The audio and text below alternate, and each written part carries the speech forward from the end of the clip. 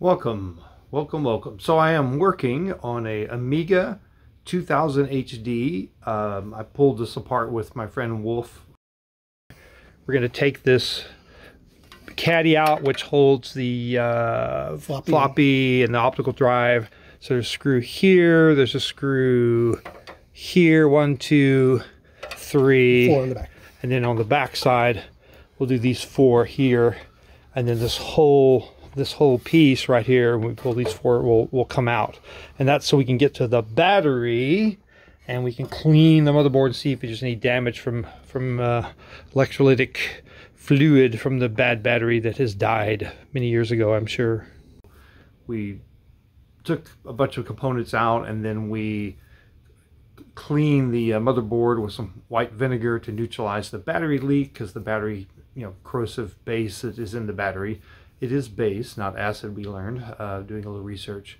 And the acid in the white vinegar neutralizes the base and keeps the copper traces from being further corroded. Slows it down anyway. So we cleaned it all up, we did the thing, but in the process of taking the looking at the CPU socket, which is a very common problem, these batteries leak and it damaged the 6800 CPU socket. So as we pulled the chip out, we saw little pieces of metal from the chip socket, the receptacle side broke. So we were kind of like, okay, it's probably dead. And sure enough, when we put it all back together, plugged it back in, we got a white-black alternating screen, which I think is systematic or consistent with that problem. So the board needs to have that socket reseated, removed and reseated. I've not done a lot of board level soldering. That's something on my radar to do later. I don't really want to dig into that just yet. There's a lot of pins to do and all that. And there's a lot of people out there that are still doing board level repair, either running traces or just, reseating sockets, things like that, or resoldering sockets. So I found a company, a gentleman who will handle that. It's pretty inexpensive. I think it's like 80 bucks to have it done, but I have to take the computer apart, take all the components out, all the cards out, pull the motherboard out of the case, ship it up, box it up and ship it to him. In addition, I thought I would do the power supply as well. These are very specific power supplies. You can't just put any general like AT or XT or whatever style power supply in. They have some kind of custom things in there apparently for the Amiga.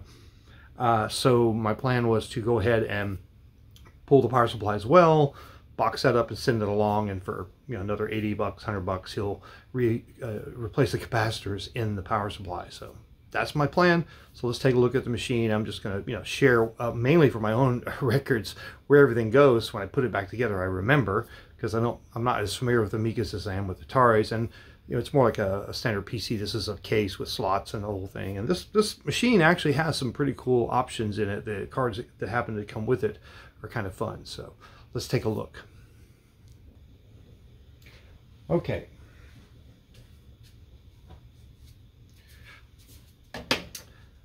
I've already pulled out the optical drive here, the CD drive, and that plugs in via this ribbon connector here, which comes over here from the SCSI controller card. And this obviously sits down in here, and then this other piece sits here, and remember right, something like that in general though. But then this will of course, oh hello, let's orient the right way, my bad. Yeah, that way. So this fits in these, there's grooves here and tabs here, and so these will go here and here, and this of course will plug up here. So that's kind of just a refresher where I'm at. I've already taken the cover off, of course, nothing else too detailed, too involved. So I'm setting these aside. And I have a baggie for all the screws and parts, so I'll remember. And then I just went ahead and used a screwdriver to start pulling these cards loose. There's these 2 cards here. One is a RAM card. I believe this is a big RAM card. And the other card, I do not know. I think that's an I/O card. I have to look at that. Yeah, it looks like some sort of I/O or serial card here. And this is the SCSI card. So I think just these 3 cards. And looking at these, the RAM card is in that first slot, full-length slot there, so that should be pretty easy. I do see this bar here. I don't know if that bar has to come out to remove the card. It doesn't seem to be, but no, I'm not sure. It may just be there for some kind of support or ground or something. I'm not sure.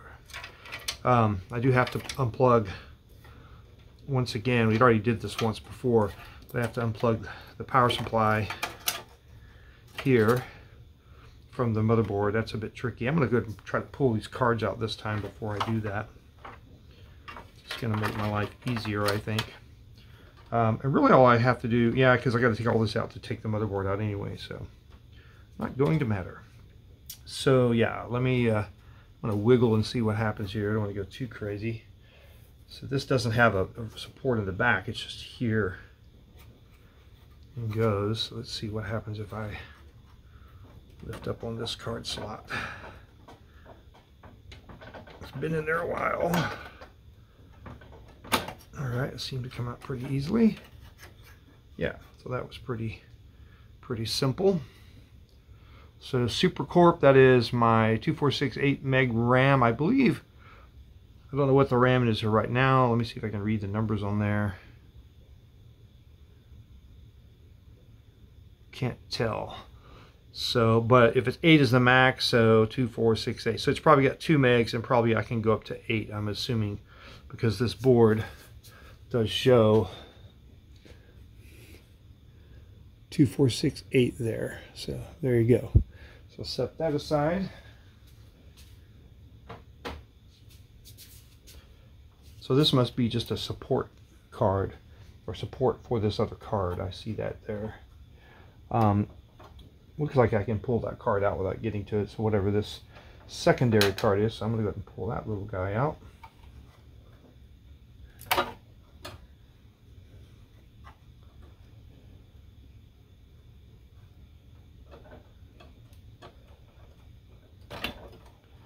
Came out pretty easily. Whatever that is. Okay. Here's that card. Multi-face card 3. So I have to do a little research on that guy. I have no idea what that does, other than I see looks like serial and all that good stuff there. And I see, looks like it says serial here under this serial 0, SER0 here. So possibly that's what that is. But yeah. This is Rev 3, copyright 1993, BSC. So yeah, I have to do a little looking up on that card, see what its function is.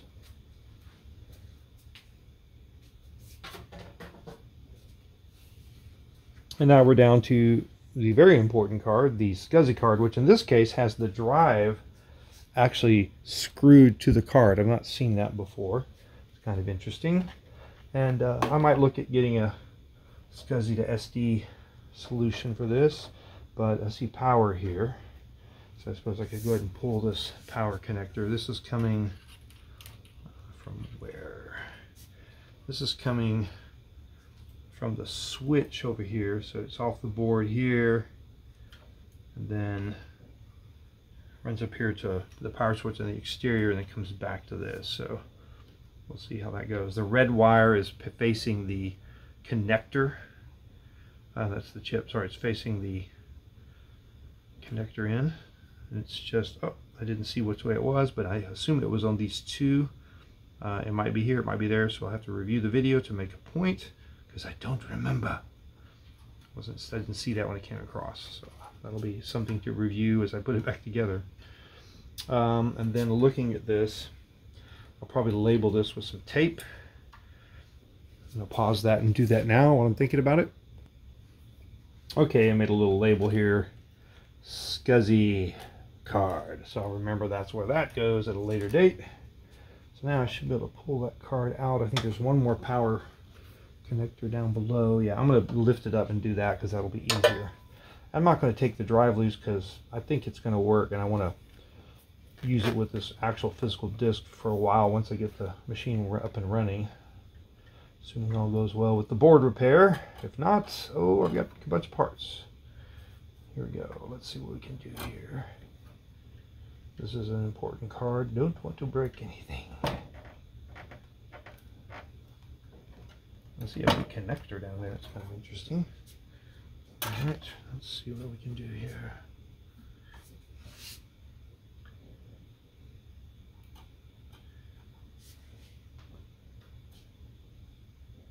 That's on the outside, so I think I'm safe lifting. So I'll be safe here. Yeah, I feel it moving. So these are old, I don't know how brittle they are. Alright, good, so I'm free. And there should be power. That's interesting. Oh, it gets its power from the card slot. That's really cool. I like this. So yeah, really just this is just the end of the bus, basically. You know, it comes from the card, controller card, your slot, controller card, straight to the drive, and then the power comes off the card itself. That's really spiffy. So, I mean, obviously it's still pulling from the power supply, but that's very handy. All right. And that is a Data Flyer Expansion Systems SCSI card. Let's see, you've got a quantum drive there. Power ELS. Trying to see a capacity. Yeah, I can't tell by looking at this. It's got an apple there. That's funny. Alrighty. So yeah, I don't have to worry about power there. So now I'm just ready to get this power connector from the board loose. That's always not fun at all. Let's see what we can do.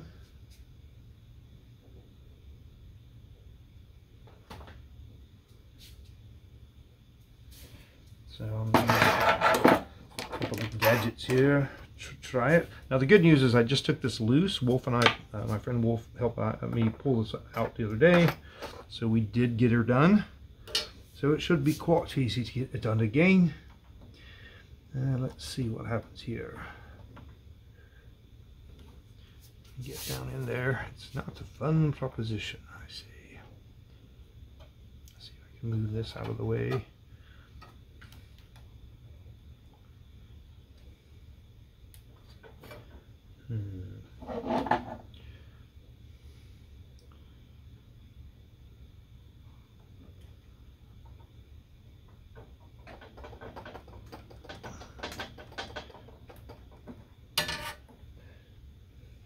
Start at one end and come up maybe.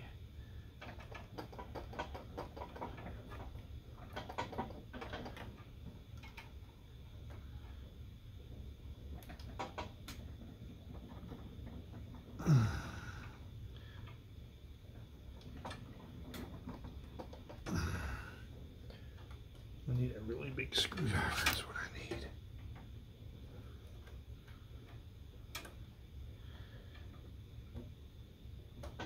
There it goes. I feel like moving past the point. I don't want to break the board, of course. That would be no fun.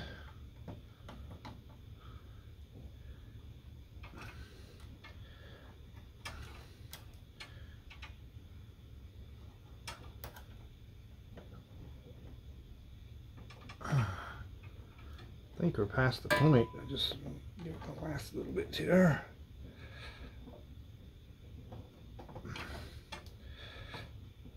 Oh, it's so scary. Trying to look at it. Yeah, it looks like it's kind of ready to go. It needs more on this end, actually. This end here. And probably a bigger screwdriver would be a little more exciting. There it goes. I think that should do it. There we go. Alright, so that's getting that little guy loose. This here, this little catch. Part of me says life would be easier if we just ground that thing off. You never know, you know.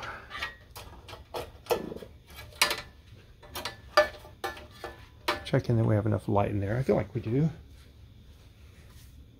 Now what I could do is this rotate this just a bit more. More down.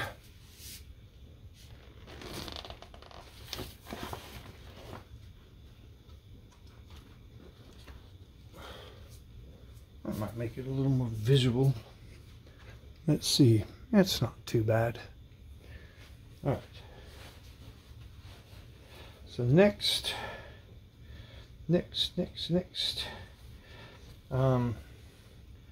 I can see this. I'll pull this through the case just to get it out of the way, and I see this other connector here will need to come off the motherboard, so we might as well take care of that. Now this time I'll be a little more careful.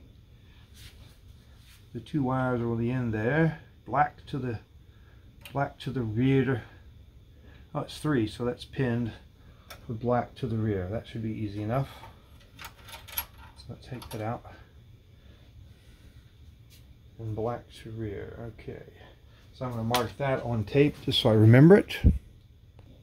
Okay, I have marked that wire black to rear, so I know it goes there through our hose there.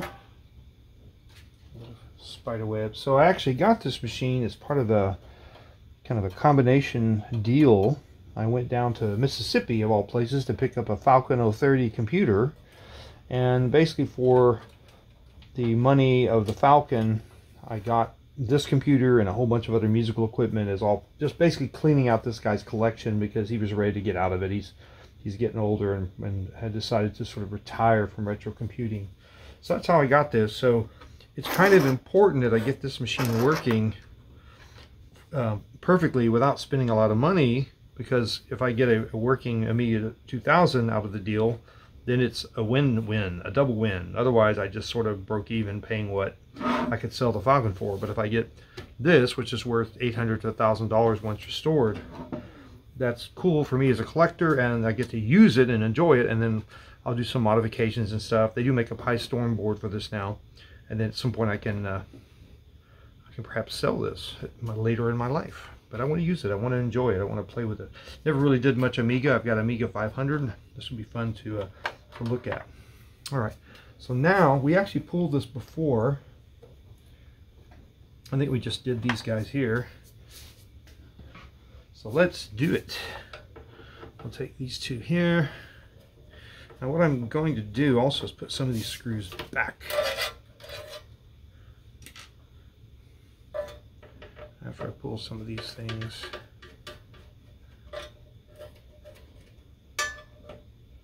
I don't know if you can see, but I'm just pulling the two screws behind the power supply here.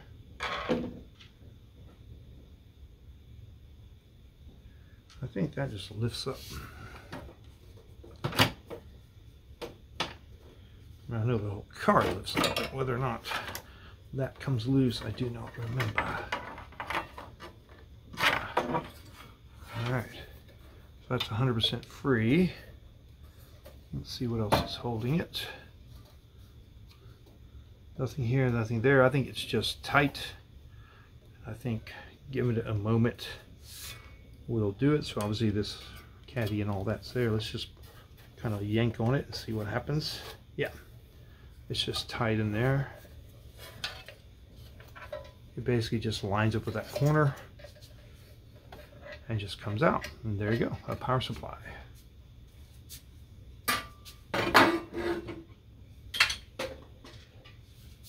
So that power supply is now ready to send out.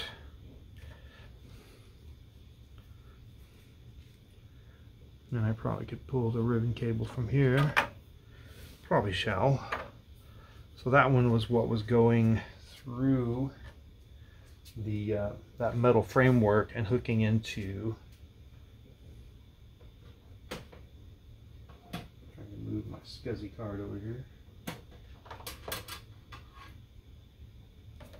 And hooking into the floppy, if I remember right. Yeah. And we had originally made a note that the red wire bottom side and the notch on the bottom of the floppy. So if you look here,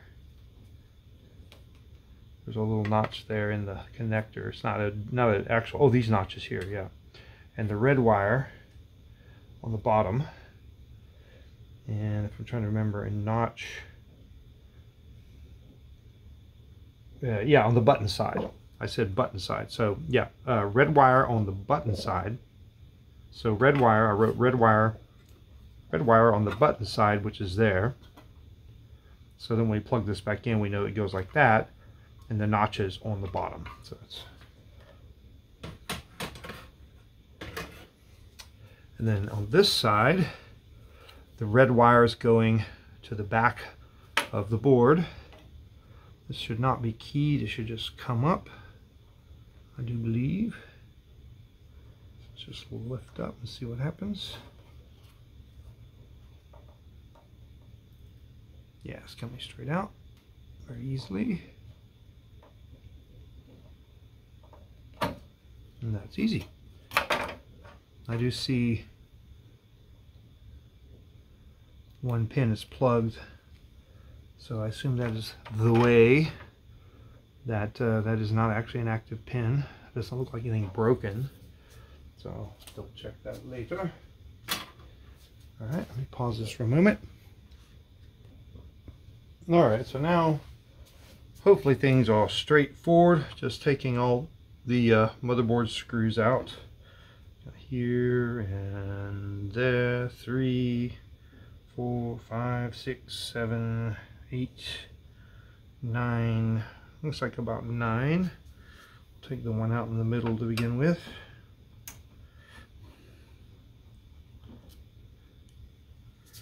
So putting these over here. Let's set these aside. One down. Let's see what happens.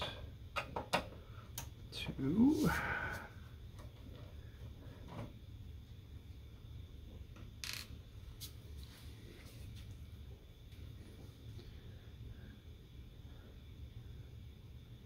Get this guy here. They seem to be nice and magnetized. That's handy.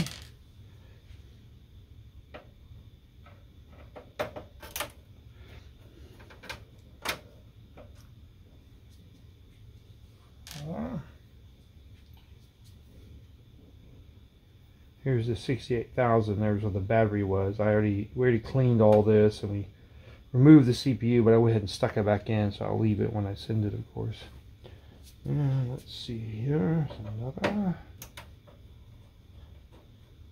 It says burn in there on that label. I wonder what burn in means.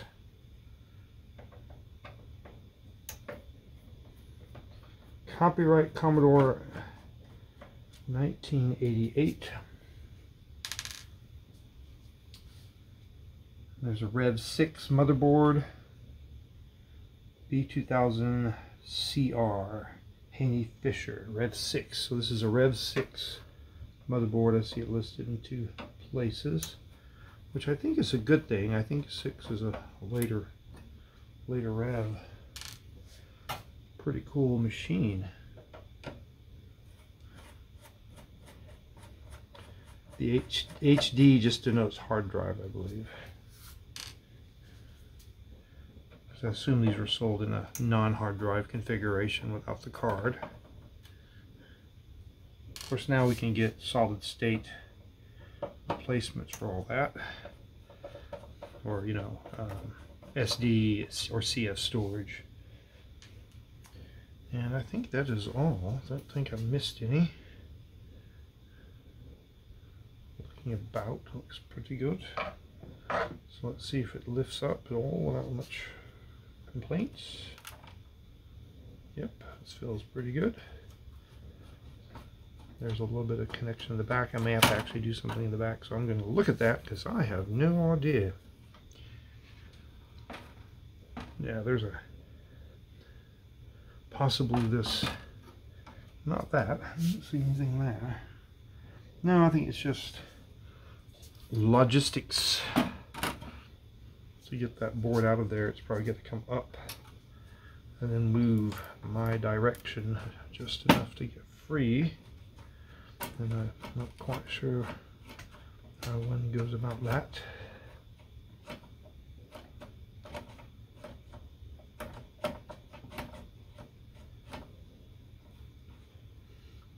But there's a, you have to take that back off and then take it out the rear. Let me see, let me look at that more closely. I don't see any way. I think it's all, this is all one contiguous piece of metal. I don't see any way to move that. Yeah, so it's gotta come out as is. So just a learning process. Might have to consult the Book of Faces.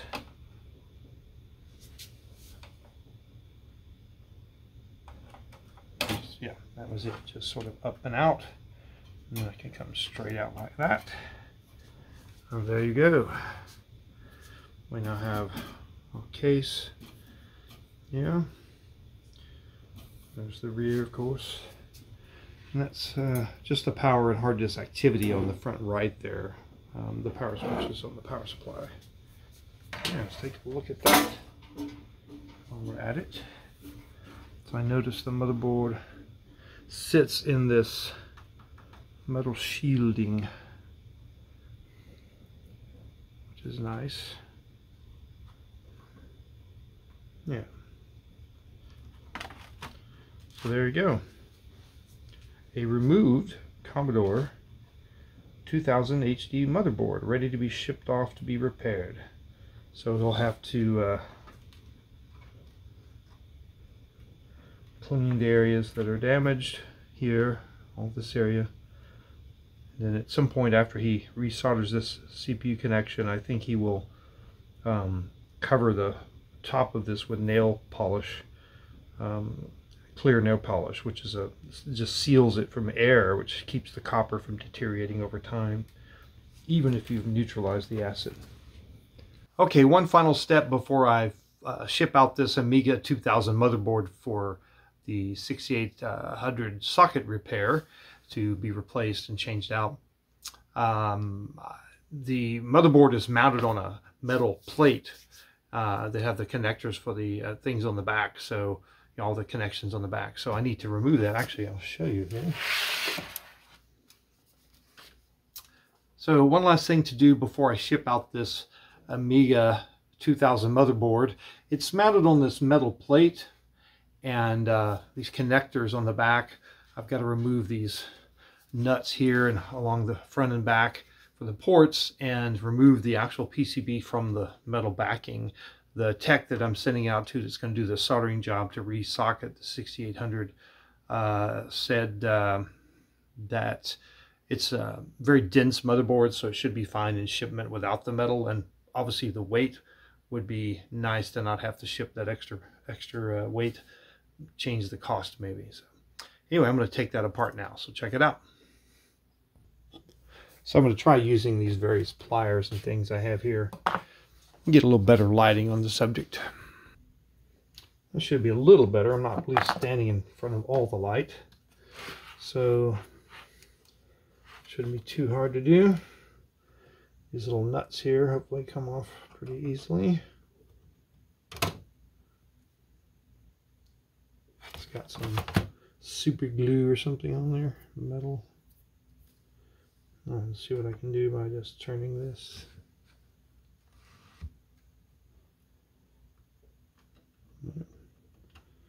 That was easy enough.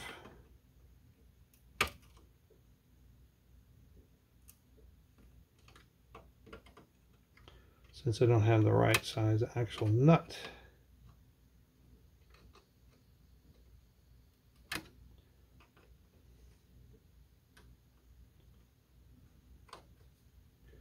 Probably not the most compelling video one can create, but I'll speed this up to save us some time.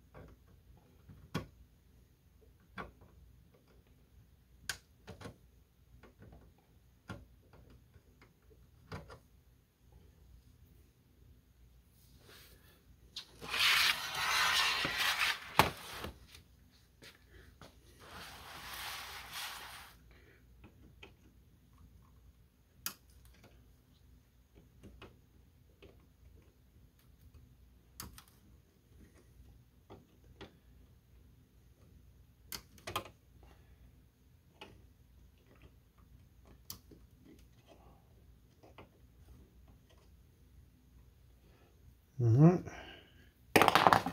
Pretty good.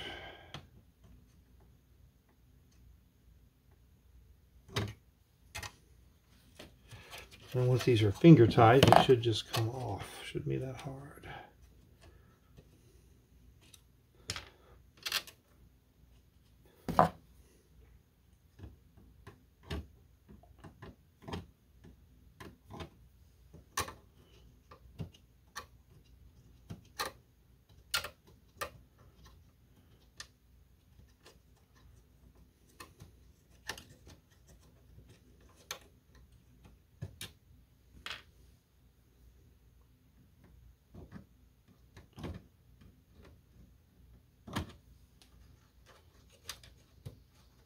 And I'm one of those that when I plug in my connectors, I hardly ever actually thread them into these guys.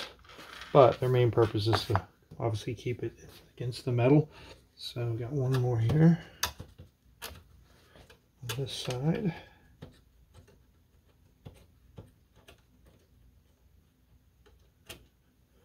All right. Flip it around and get this side loose.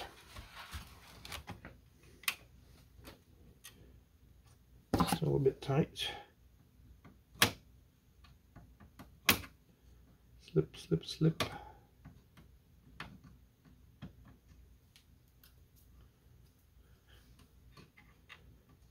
Come on, you can do it.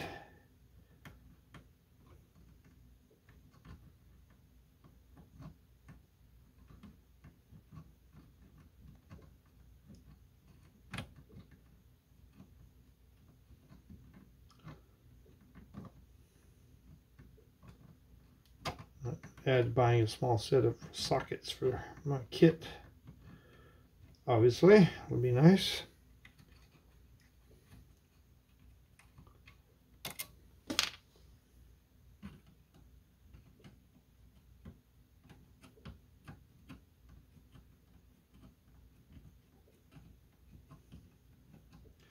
This is the sort of thing I don't care about the cosmetics of these nuts getting slightly scuffed. They're not going to be damaged in any way. Their functionality will not be hindered. Yes, a purist should do it with the right wrench. I understand this, but it really won't affect anything otherwise.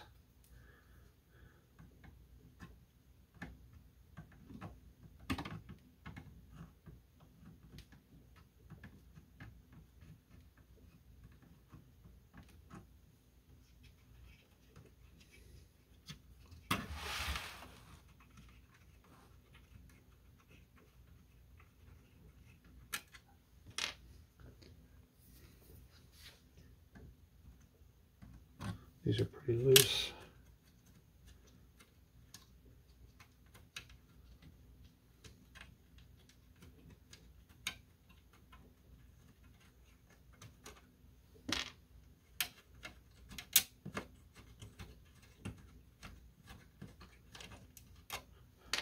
Probably won't be fun putting them back on.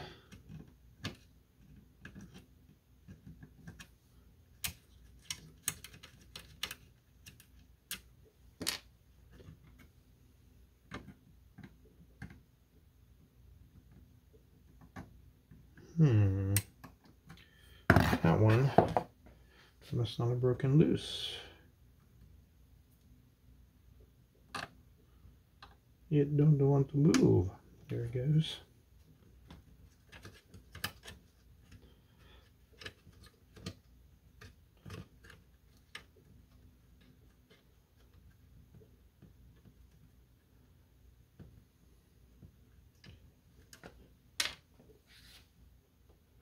Okay, so I forgot that one. I did not.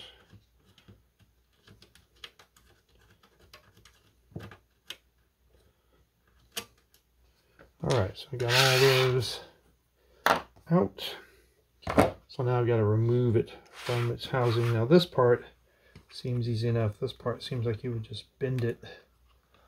Kind of a guess because it's thin. This side is somewhat thin.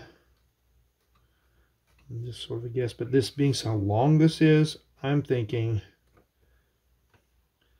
that it makes more sense to pull this edge out first, since there's just 3 connectors and they're pretty flat. Like that should bend outward pretty easy from, yeah. Then that should make the board free, should be able to lift up. This is something I'm unaware of. Yeah, so now it's up, out, and away. And now we have just the PCP for soldering. So yeah, it is pretty rigid. So that's what I'll do. Box that up for shipping. All right, I've got the board ready to be boxed up, separated from that. So let's see how we do. There you go.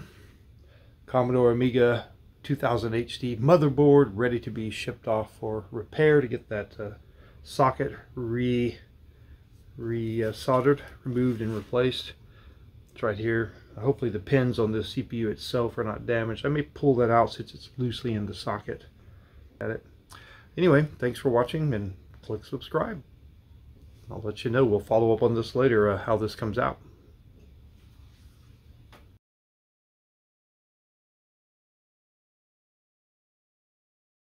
Click switch. All right, so we've got the Amiga 2000 HD all back together after coming back from repair shop. They've soldered a new battery and new CPU socket, and we think it's all where it goes. And we got a monitor, no keyboard or mouse, so we can't really do anything too exciting, but we're gonna fire it up and see if it comes alive. Ready? Wait 1 second, let me switch my okay, roll. All right, clicking. Ooh, there's a light. Oh, there's a screen. Come on, it's some composite video, so who knows. And when the drive, we don't know what's. Oh, look at that! It's all the ROMs. Saw the ROMs. This is good, right? That's good. Okay, it's asking for a disk. This is very good, because, but what the SCSI might find itself, right? The SCSI may find itself once if the drive. Oh, well, I can tell you one thing's happening. Drive ain't spinning. So we should check power and the seating of the card, maybe? Actually, what we probably want to do is turn it back off for a minute. Fans and power supply don't sound nice. That's good. But yeah, that's why it's asking for a disk, because it has not spun the drive. But it's definitely pulled, you know. I do have an Amiga disk in there we can drop in a game or something. Well, see if it auto loads. What I want to do is... So we're doing the tap test. We beat the drive. Is it spinning now? Sounds like it might be. Let's see. Barely tapped it. It's been sitting for 30 years, so. Okay, no, not yet. So I don't feel any vibration on it.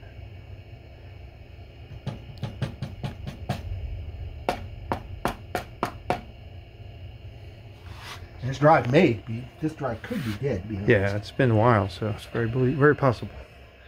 I don't even hear it trying to click over. Has it got power to it? It does, because the power comes from the card. Right, but do we see a light on the... No, I don't see a light, but there are no lights on here to see.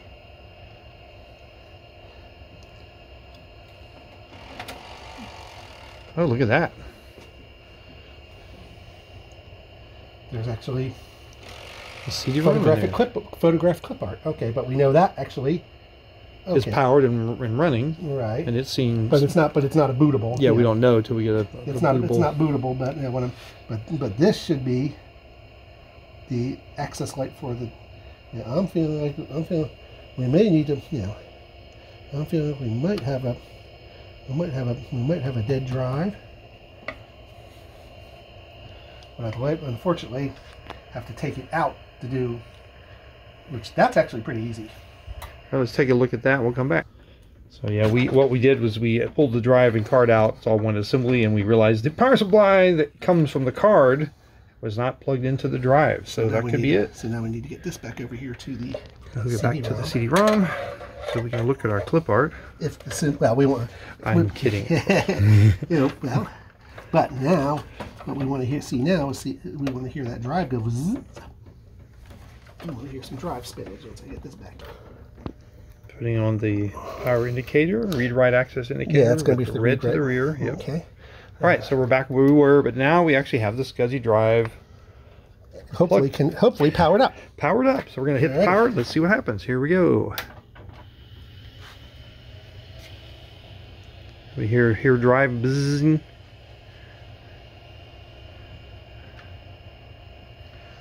Don't feel it vibrating as though we're going to spin. We know it's got the power now. So it's probably going to prompt us for the workbench install. Seems slower than last time, like it's not posting now. Oh, there it goes. No, it's. You're right. It does seem slower now. Maybe it's got a problem. I don't know. It shouldn't. We didn't do anything different. Yeah, oh. see, That's what happened when the CPU didn't work. That's sort of what we saw before. Interesting. Okay. It's very interesting because all we did was lift the card. Let's pull it out and fire it up and see if the ROM's post, and then right. Okay, yeah, and then reseat everything and see what happens. Yeah, we can lift it without actually. We can lift it easily enough. Let's just roll them. Let's just test the Let's just make sure it comes. We've got the card loose. We're just going to see if it posts and see what we get. Oh, that was something unique. And what would cause that? I don't know. We're about to try again now. Is that normal? That was very unusual. I mean, it tells me the ROMs are working and the CPU is working.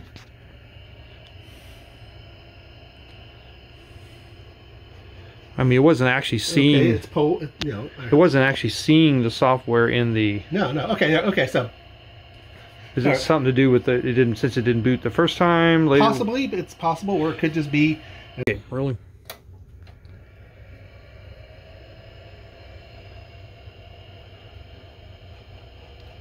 I don't know why it's such a noisy. Oh, that's your power supply fan. Nope, it's still not registering. Still not registering the floppy at all. Now, that doesn't mean that this floppy wasn't broken to begin with. Yeah, he recapped it, but I don't know if he tested it extensively or not. If he had a way to, I don't know if he had a way. Yeah, that'd be something I would ask him if he had a way to test this floppy to see whether it was really. All right, we're powering up again. We tried a different connector.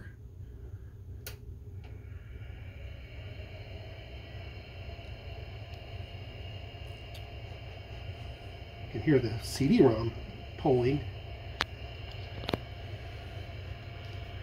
But that's still a negative on the floppy. Still a total neg on the floppy. Yeah, it's just going to take it out because for now we're not going to be doing that. Right. So sad. And how do we know it's plugged? We actually got it in the right port on the board? Well, the other thing we can try is let's make sure we have the right. Let's try the other. Let's try the other connection here. But they should both be good. They should both be good, but... And we said red toward the button. Right. So it would have to be like this.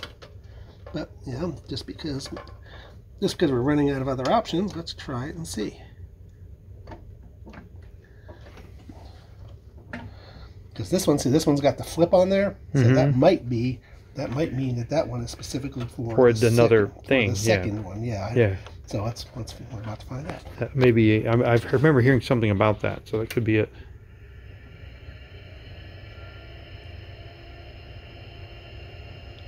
As long as we didn't burn it up. Well, wouldn't burn it up. It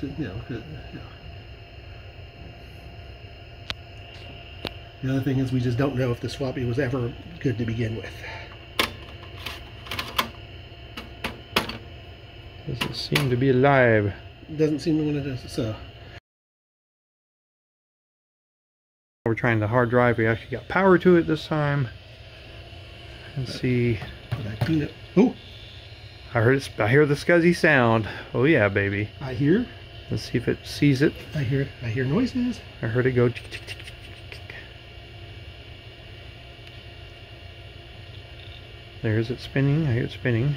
I heard the heads moving. Yep. Come on, ROMs. There's light on the front. We have activity. Okay, you have it. Oh, I think it's booting. I think. Do I know video? Oh! Kickstart. Look at. Okay, that's okay. Oh, I got a mouse in the room. Now we need the mouse. Workbench is loading for the first time, and gosh, I don't know how many years this thing has been. Well, we know it belonged to Brian.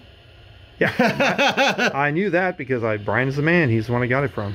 All right, so let's put that disc in, see if it reads it now. Okay, try it. Yeah. Just And we can try the CD-ROM too, I guess. Yeah, we can. But just see if it. What's TFO? Is that the floppy? That should be the floppy, but see, it's got question marks. And we need. So maybe it didn't see it. Maybe it may not be seeing the actual mechanism for something, but we know the machine's working. Yeah, let's get a mouse on it. What do you say? Yeah, let's get. All right, so now we got our mouse. Yeah, there we go. And what do we got? Yeah, it's working. Oh, look at that! It's kind of moving around. Yeah, it's working. It just had to put, the mouse has to be in the left-hand port though. Okay, left-hand port. Yeah, has to be in that one. Get down there and see. Oh, I see. Yeah. Okay. The one joystick in the right, I assume. Well, you can actually put joysticks in both, but you'd have to pull them. But all right, so hard drive. Oh, look at that! Look at all his toys. So he's got all kinds of stuff in here. Yeah. All right, but let's see if the CD-ROM will read now. Sounds pretty yeah, pretty sketchy. But these are SCSI CD-ROMs there. You can actually. I got a bunch of them that may still work. It's been a while though. Let's see. Let's close that. Let's see if actually it pops that up middle one. This is Brian's Amiga, or that's the one we were just looking at. Yeah, I'm looking to see if the CD-ROM. So that's a RAM disk, and then the one this is Brian's Amiga is a hard drive. Right. So yeah, so he's got. Well, yeah, the one that wants is Brian's Amiga is the hard drive. I'm looking to see if it. Actually loads the. It loads the CD-ROM. Yeah.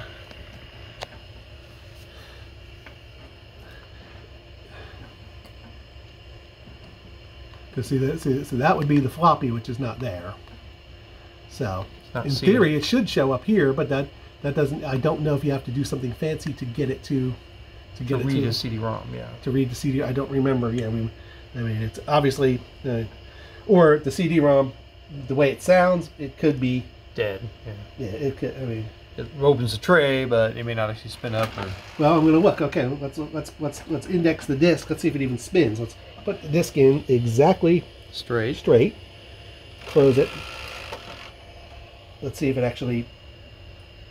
Nothing happening up here. See, I don't feel anything happening here. All right, let's eject it. But the bus seems to be working. Right. Well, it did rotate. It did rotate. Alrighty. I don't know how you make a. I see the light on the front. Yeah, the front light. Yeah, but I don't feel any interesting vibrations or anything. So I don't know exactly what's in. I mean, obviously we know the SCSI is working because the hard drive is working. It blinked a little bit and stopped. Yeah, which is normal. Yeah, we assume the SCSI bus is working because it's all card and from the drive to the other drive. It should all, unless there's an ID conflict, which I would doubt. If there was an ID conflict, the hard drive wouldn't work. Let's see if there's something involved here too. Let's see. Bars and pipes. Let's see. I want to see if there's anything about mount drives. Knit printer, prep card. Obviously, the card's working because the drive. Commodities? Commodities is all. They're kind of like extra. Yeah. Like desktop little accessories. Helpers, yeah, kind of like little helper thingies. Yeah. Yeah. So, he has an Amiga Emacs on here. That's the terminal, yeah, which we don't have a keyboard, but what is this? Connection serial, device serial. Okay, okay, so that tells it. Okay, all right, that tells us that, tools or expansion. Well, it's just going to look under at utilities. Where did you see tools? Oh, over here on this one. Oh, we're in tools. I already opened it that Oh, one. I see. And then there's utilities on the bottom left. But yeah, here. Oh, okay. Well, let's look in there. Yeah. Nothing really interesting there. Okay. All right. But what this does is this tells us that the board's working well enough. The motherboard's working well enough to boot and post and all that good stuff. What is ADF? Oh, that's going to have something. Copier. It's a copier. Right. Blitz was a Atari term, so I'm assuming it's some sort of. Okay, and see that's the that has to do with your MFC. That's this card, yeah. So, which card? The I/O card? I think it's this one. I think it's the one that the hard drive is on. Yeah. Okay. Or it might be the multifunction I/O. I don't MFC. It might be multi-function. Is the mouse actually working? Okay? Yeah. The mouse is working perfectly normal. So let's see. He's got JRCom and okay, he doesn't have them. He doesn't have them. Okay, let's see. There's a disc right here. Oh. Yeah. Please insert sys in any drive. Okay, that's not. Okay, that's that's probably unable to open your tools sound MCD player. Let's play audio maybe. Possibly, yeah. Usually you had to run a wire from it, not through the actual bus. Not through the computer, yeah. Yeah, because that was later when they got that figured out. Which I didn't see any wires coming from it. No, I didn't either. So he may have never hooked it up. What is DTP? Desktop publishing. Nothing. Yeah, he didn't put anything in there probably, but it's probably desktop publishing. Is there anything else over here? WHD load. Oh, let's see what that is. Huh. Reg forms for HTML. What does the app look like? Like, is it called PRG or like what's the syntax for a program on the Amiga? Well, it would have no extension on it at all. Just like an icon with a name. Yeah, but this looks like just this just looks like, let's just see. I've heard that term before, but I don't know where from. I'm just looking to see if there's any like any actual anything here, but I'm not seeing anything. WHD load, yeah.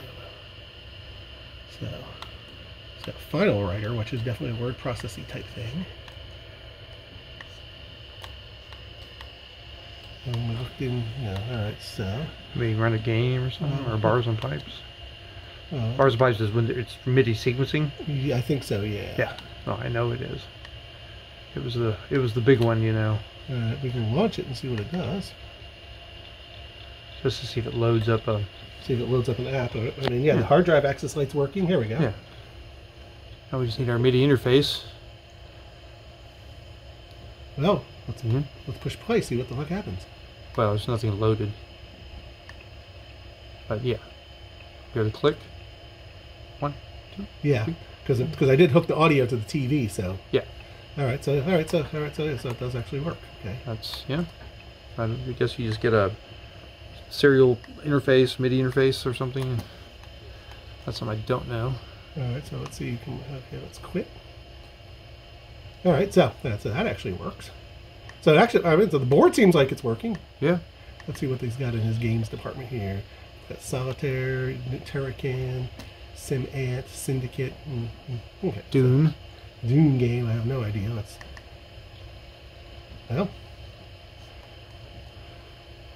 Run it.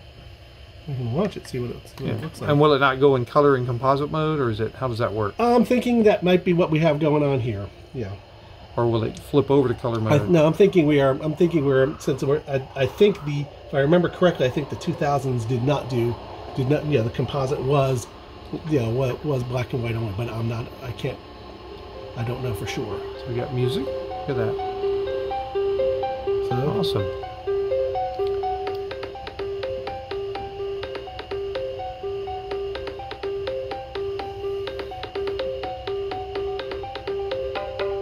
So a lot of the games will be mouse or joystick? Probably, well, this one looks like it might be joystick only because the mouse isn't doing anything. Of course, it's still in these intro screens. So I would need to get an RGB or something to get color out of it, probably. Right.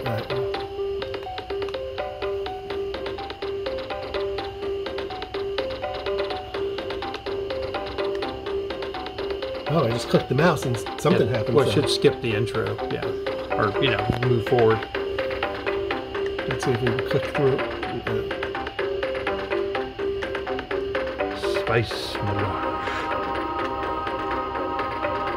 You are Paul Atreides, son of Duke Leto Atreides. I don't know if it's just advancing through or whether whether the clicks are actually doing anything or not. They don't.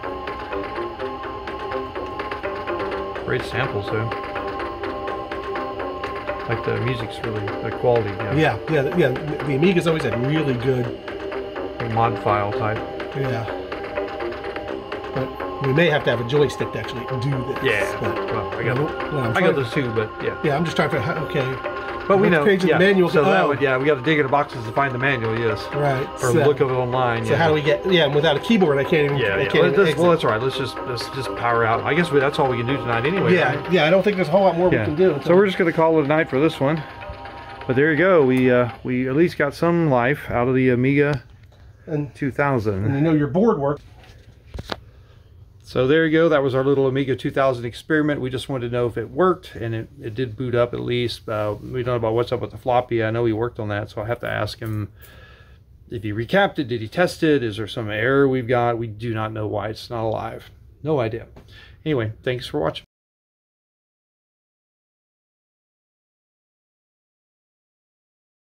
All right, so we're back on our Amiga 2000. We a lot of things to straighten out. We basically have installed. Let me just swing around here.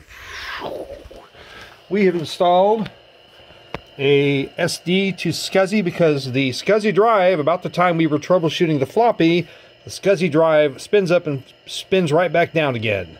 So we think it's DOA.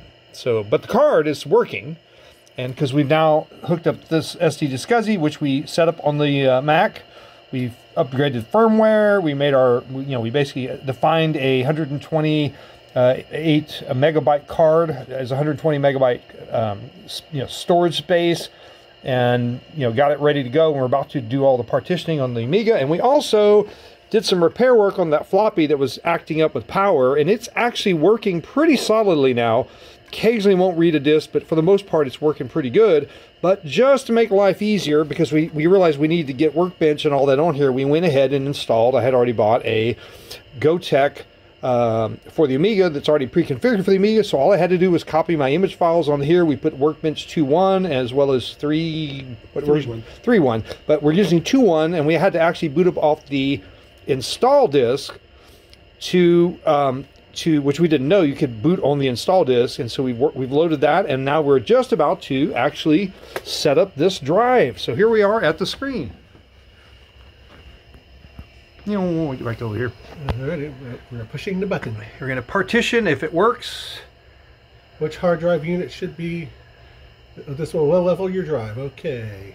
Should we hit 1? Should normally use unit 6 with IDE. 0. All right, valid range is 0 to 6. We have no keyboard. That's that's our next problem. Can we scroll that or anything? No, we would have to have keys. Can you copy paste? And it says it normally use unit 6, so we'll just go ahead. Let's just push the button and see what it does. I mean, it's seeing it, so. Oh, it's acting like it is. It hasn't puked. Yeah. That shouldn't be, but. I don't know whether it did anything or if it acted like it did, but we definitely told it 0, so I have no idea. But maybe that's a logical unit. But it has not. Maybe that's not a SCSI ID. Maybe that's just a drive identifier unit. All right, so let's go to the HD tools and see if we can install. Right, but well, we'll level formatted, but let's see if we can actually. Now we may have to actually do some. Is it the install that does that? I don't know. I honestly don't know what the hell. Excuse me. Okay, driver not installed. Okay, so I think we still have to go to. Let's do an install and see what happens. Okay, well that's where we just were. The top left install. Install 2.1, right?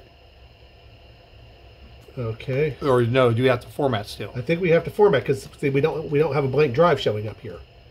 I suspect if we do this, it's going to... Didn't he just go tools, bam, and it was right in the menu? Remember that? It was like really easy. Yeah. So, okay, let's see what happens here. This probably is not what we need, but let's see what we get. We're not that Amiga clever here. If this was an Atari, I would know what to do, but we're learning. And I suspect what we have to do is we probably have to change that 6 to 1, because remember we defined our SCSI drive as unit 1. That's what I would think. Okay, let's see. Proceed with install. Which disk? Okay, we don't have a disk available yet because, we don't actually have a we don't have a we don't have a hard drive. Yeah, abort install. Yeah, so we'll just go ahead and there it is. All right, so yes, I want to cancel. All right, so we think we really are going to need to come up with some kind of keyboard if we want to actually proceed because we're going to have to, What did we? Yeah, but it wouldn't have just done all that if there was no drive. Right. Well, there is a drive, but basically our HD toolbox. our HD toolbox wants to know which drive to do. Because see, it's reading. Okay, okay. Actually, no, it's not HD toolbox. It was the HD setup. But when he did that on the other app, he just like hopped in and it was done. Like, was it this one? Is that where you're at? That's where I'm at. Yeah. Okay. So let's see. So, but this is the HD setup. This is the one where it actually wants to do the low level. This is where one wants to do the partitioning. This is. But he did it out of tools, didn't he? I don't know. I don't remember exactly what he did, but he was also using a version. He was also using a version 5 card. Okay. Well, let's take a look. We're going to go do some research. All right, we went through looking through all the wrong boxes and finally found the box sitting right by the door that had the keyboard. Right.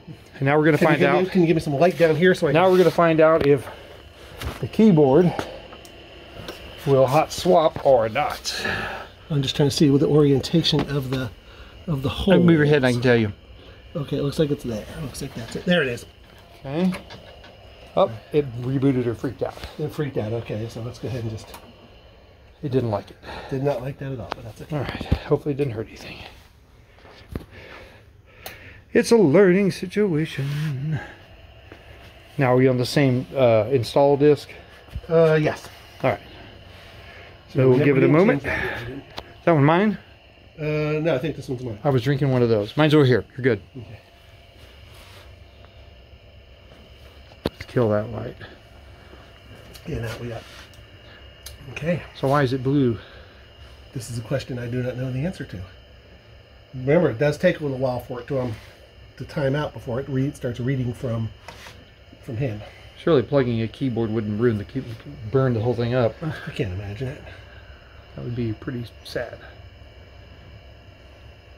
But I'm seeing like a logo. See that? It's kind of, it kind of looks almost logo-y. Sure, it could just be But should we power off and power off? Like pull the plug and let it discharge?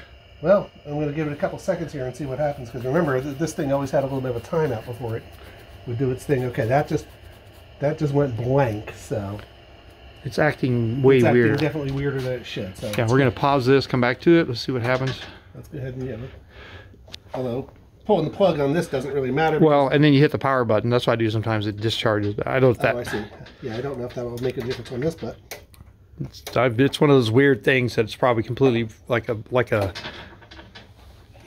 wives' tale. No, not bounded in any factor of science. That looks better. Now it looks better. Yes.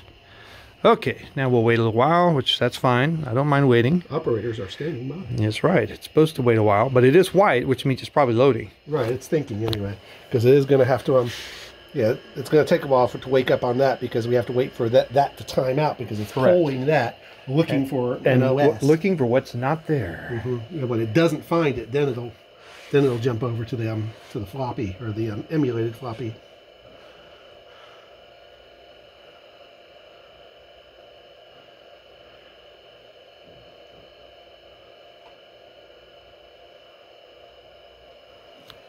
Not yet, but I'm hearing noises. Nothing yet. Kind of blinking.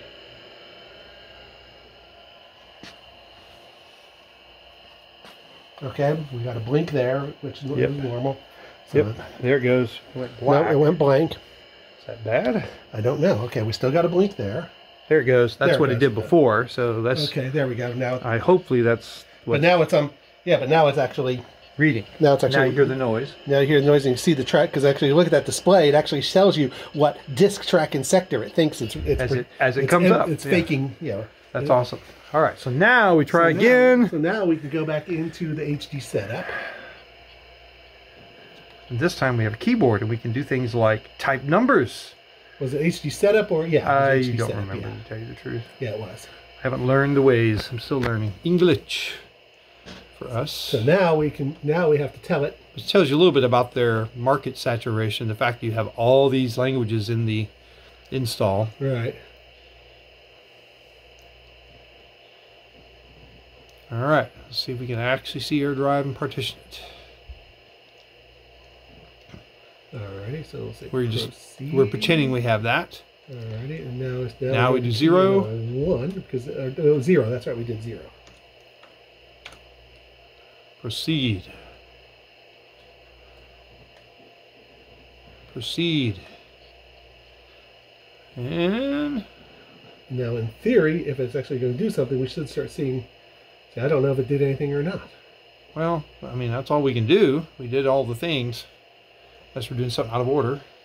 Or it's not detecting us, or it's not detecting our thing for some reason. The reason the only concern I have is why we did 6 before and it acted like it did something. Because like it should just be like, no, there's nothing there. What are you doing? Tools, I thought. Toolbox. Yeah, that's right, right? I hope so. We're about to find out. Driver not installed. Change drive type. Partition drive. See, we're not nothing seeing, there. See, we should be seeing something here. Are we sure we did 0 and not 1 on that? I'm 99% sure. Well, since we only have 1, let's go ahead. No, we did 0. We always do 0. I mean, but I don't think that's the problem. I think it's something else we're missing. But we should check that. I'm going to pause this. We'll come back to this. Okay. Because we don't know what's going on yet. We're going to find out. Stay with us. Being the workbench disk. So we're rebooting again. We just pushed in the connector a little better. It might be something simple. We thought maybe the connector wasn't all the way in complete. Just to check it before we start getting crazy. Alrighty, so let's go in. Let's just go straight to HD Toolbox, which is what he was using. See if it sees it. See if it sees the device, right?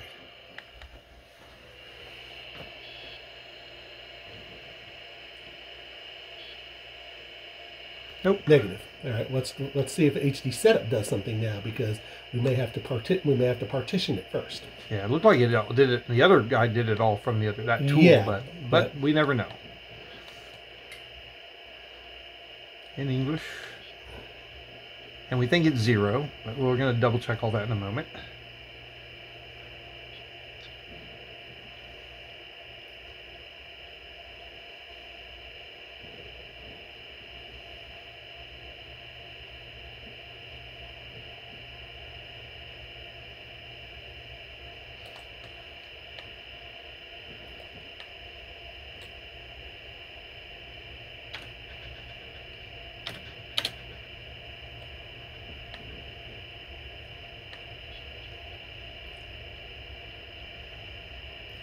What I don't understand is why it goes through the process and then doesn't. But you don't see anything to and really it doesn't know give you an that error you're saying, actually doing anything. It should be an error, like it does drive not found. You know, partition failed. Something, yeah. That's really odd. So let's go back into the toolbox and see if it sees it now. Just out of curiosity, it probably won't, but it didn't before, so it didn't I don't before, think it but will. Basically. Nope. Yep. All right, so let's pull this thing off and hook it back to the Mac and see what we got. Let's look at our configuration. What does the install do? Is that to install Workbench? But yeah, that's it's basically not there. So yeah, that basically. Now, before we had a disk that closed all those windows. Right. Yeah. At one point we actually had an icon. An icon that had an unassigned icon. Right. Correct. So that was more promising. Now we don't. All right. But remember, that was when we booted it on Workbench 3.1. Interesting. Wonder if we should do all this with 3.1 and then go back and do the install of Workbench with 2. Like we said. Workbench 3. So we're going to give that a go. We're going to reboot in 3.1, and then from there try to do the hard disk partitioning and all that stuff first. See if that works, because that may be the problem. It just may need a newer Workbench install to do that. And then we'll switch back to 2.1 to see if we can get Workbench actually installed on the drive, because with our ROM version, that's what we have to do, is our understanding. One step at a time. So we've re-flashed the device, tried all that stuff, and now we're booting with 3.1. What is this other connector? Install. We're going to try to do that, but we're going to turn the monitor on first. Yeah. Because it timed out on us. It's flashing. What other connector? Oh, that power there. You know, I don't know, because it powers off the USB when you do the other thing. Maybe it powers off the Molex when you... Maybe you can power it off this instead of the Molex. That's what I'm thinking. Possibly. Okay, so we're going to try 3.1 because earlier we did get a disk icon the first time we tried this, and we didn't have the right. You've got to have the right software to go with the ROMs and all that. But we just want to get the disk formatted.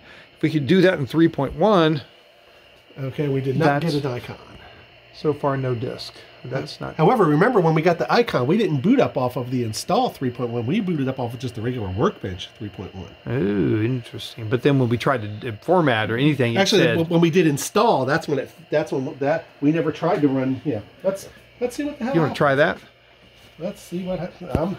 I'm game to try damn near anything. Okay, so we did a whole reconfigure on the PC, and this time we booted with 2.1 install.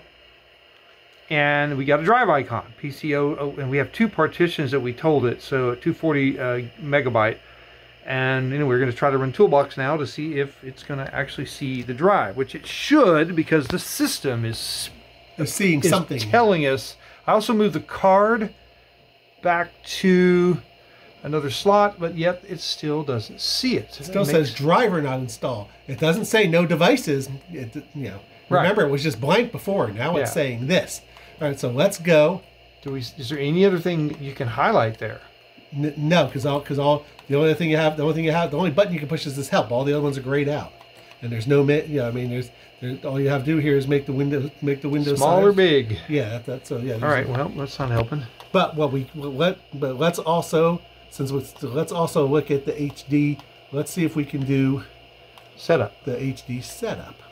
Yeah, I mean we're seeing a thing.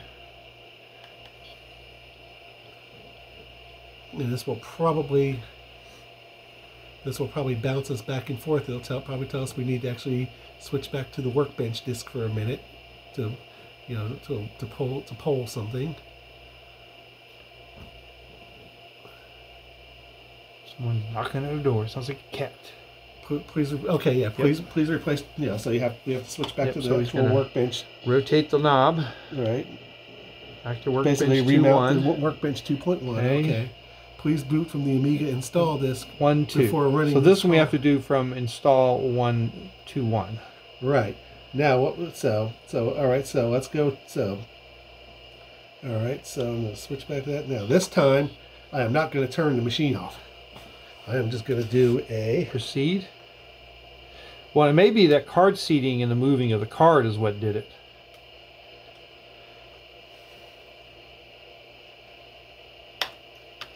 I forget what there is a command seat. There is a keyboard sequence, kind of like a Control-Alt-Delete on Windows. What does proceed do? Proceed will just basically just drop me back to here and tell me I can't, that it's just going to close it. Yeah, got it. But there is a command sequence somewhere that you can do a reboot without powering off, which is what I want to do. So you booted with Workbench 2.1, not Workbench 2.1 install. Correct. And that was maybe our error, maybe not. We don't know. Yeah, I don't. But I'm trying to remember what the key sequence for.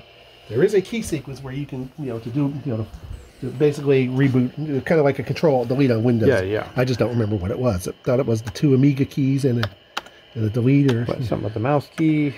No, it was strictly a keyboard thing. I just don't remember what it was. We're probably gonna have to just look it up on the interweb. How do you force a reboot on an Amiga? Yeah. All right, let me see what we can find on the internet. It was that.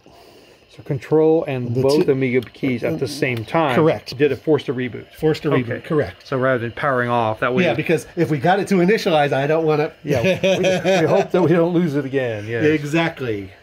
All right, here we go. And now we're starting up off of.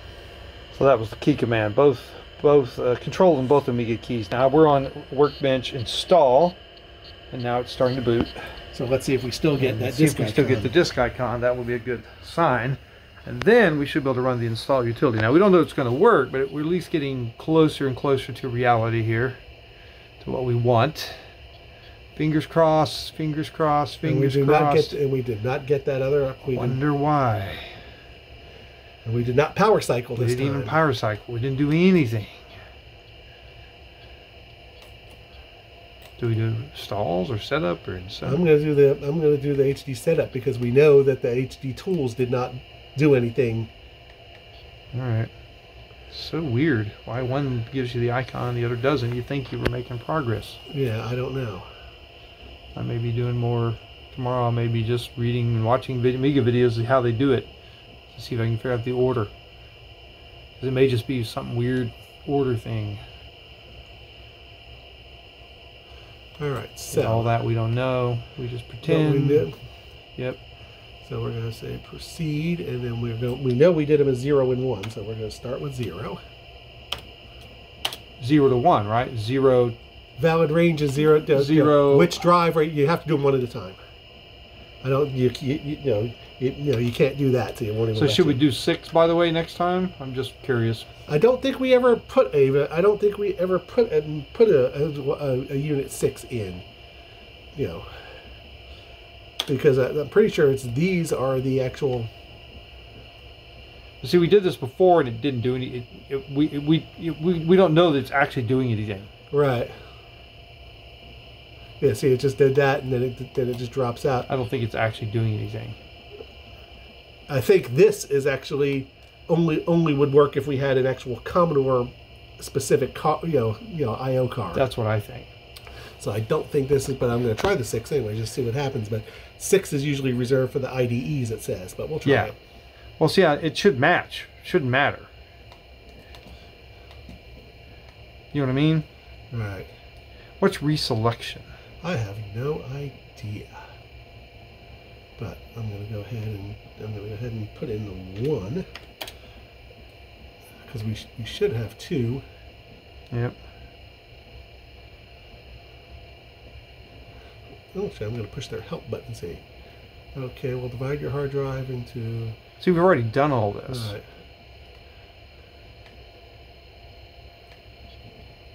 Sort of. Yeah, I get the feeling this is actually has more... I think this is not really part of the whole game, but... See, we should just go to tools and it should just work. I'm gonna refire the tools at this point and see... But I'm worried that partitioning thing we're doing is messing up. So we're getting the driver not installed, which is not the same thing as, not the Try and install. I mean, But we should see. I mean, from what we saw in the other video, we should see the drives there. We should see the 2 logical drives showing up there. Yep. And the fact that we don't. Try the install, but it's going to say nothing there to install to, I'm sure. Right. And then, out of curiosity, we should boot before we give up, because we're kind of at that give up for the night. Go back to the 3.1 and see. Well, boot up with the 2.1. The regular workbench and see if the drive appears again. See if it sees the blank. See if it still sees the drive. Right. Okay. So install English. Yeah, it's going to tell. It's going to ask me where I want to install to, and unfortunately, and there won't be anything there. And there's nothing there because we have not formatted these things yet.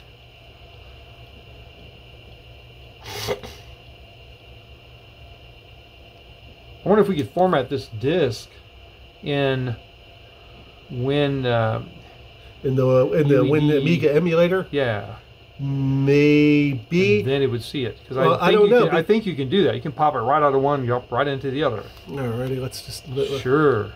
But yeah, see again, where do you want to install there. it? Make new drawer. But yeah, see, I've got to enter the complete path. See, I don't have any, I don't have a path other than my 2 floppies, which don't have any room on them.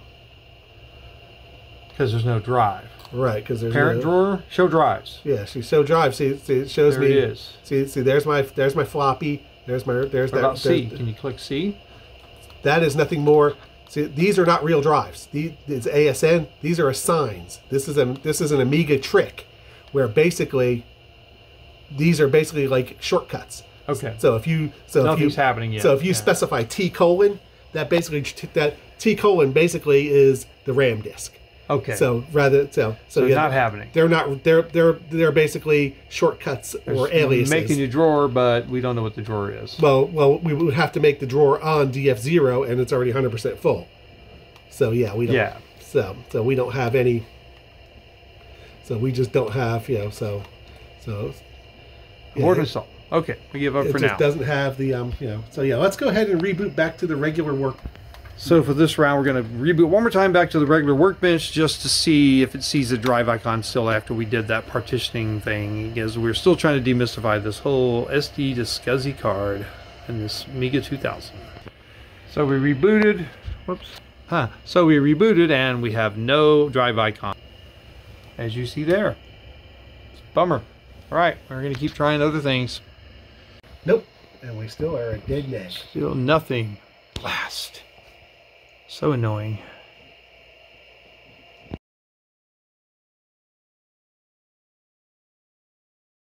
Okay, to bring you up to date, this is a new day. We were up till 5 a.m. and got almost nowhere, other than we're basically slowly demystifying all the steps to get this Amiga 2000 HD up and running. The goal being to get a Gotec floppy and an internal physical floppy working, and to get the SD to SCSI device working, because the hard drive that was originally installed has died, or seems to have died. It would not load.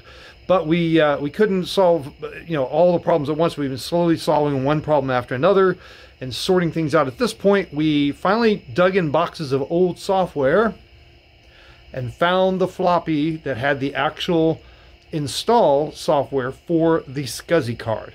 Because this is a proprietary SCSI card. The Amiga tools that are normally part of the workbench that format floppies or format SCSI drives, they only work with certain controller cards, a very limited list.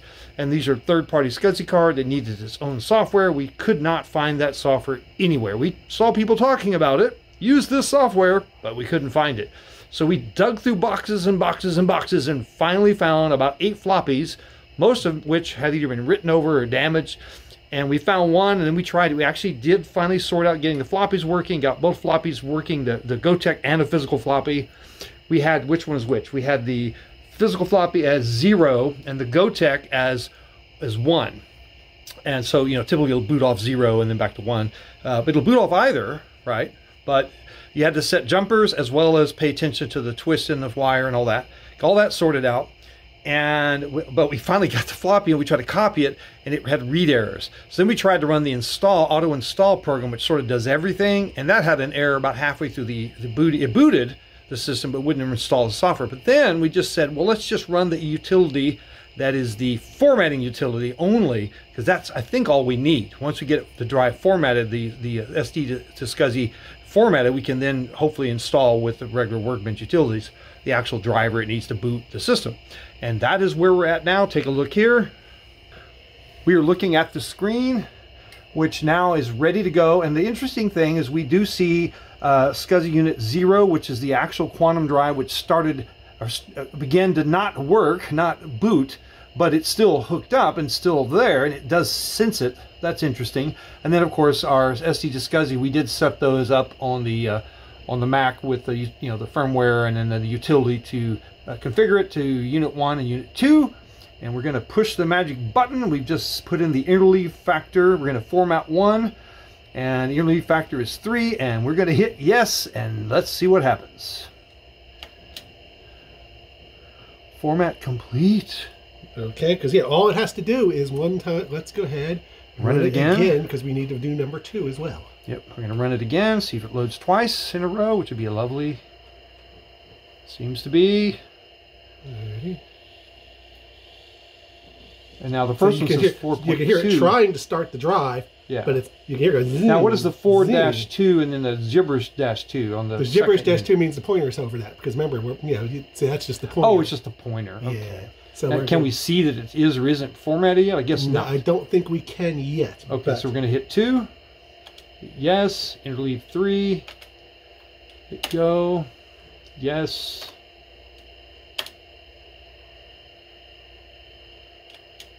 Format complete. Okay. So now we reboot. Is that what we do? Well, now in theory, I want to see. Now what is this other one? Is that the previous That's the app? one that failed. Yeah, right. so that's not it.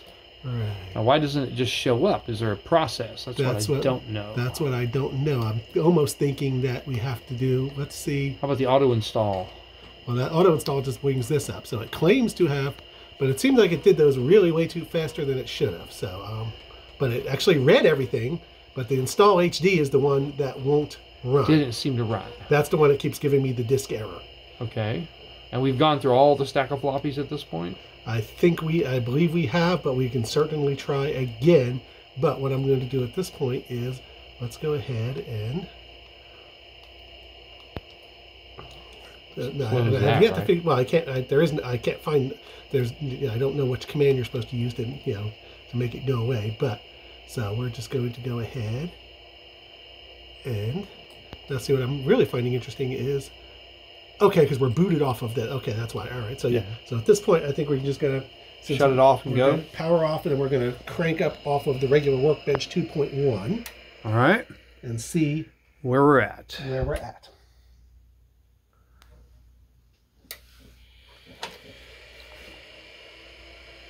we're going to boot it off of the Gotec now, theoretically. Okay. It'll take a while, so let me pause this for a moment.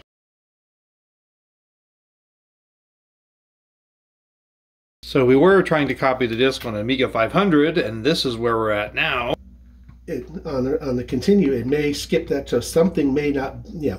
Well, won't it tell us if something didn't work? Well, it told us that I told it to continue, which means it may still do the rest, which means enough to do what we got to do, depending on what the error, where the error is.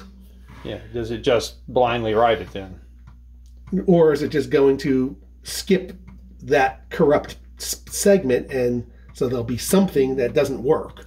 So trying to get a fresh copy of the disk on a better drive, basically, and then hopefully the old drive can read it, and we may even try another drive we just located in a box.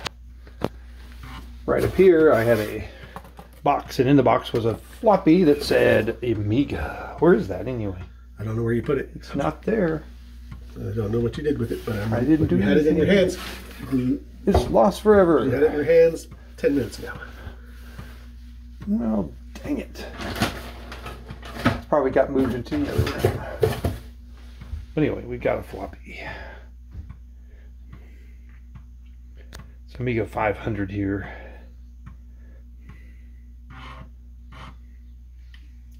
Okay, it's finished, so let's see what happens. Okay, this is the disc that, see, it's trying to spin that, but you can hear that stepper motor stumbling. Yeah. So now we're going to try again, but didn't we? This is the installation. This is the prep, right? No, this is the one that didn't work before. Okay, so let's try. This is the one. Try one. This is the one that did not work before. So if our keyboard is working, and it is, choose interleave factor. See, that's alrighty. Why would it fail? Because there's an error, because it copied that bad track. Yeah, but the program's already running.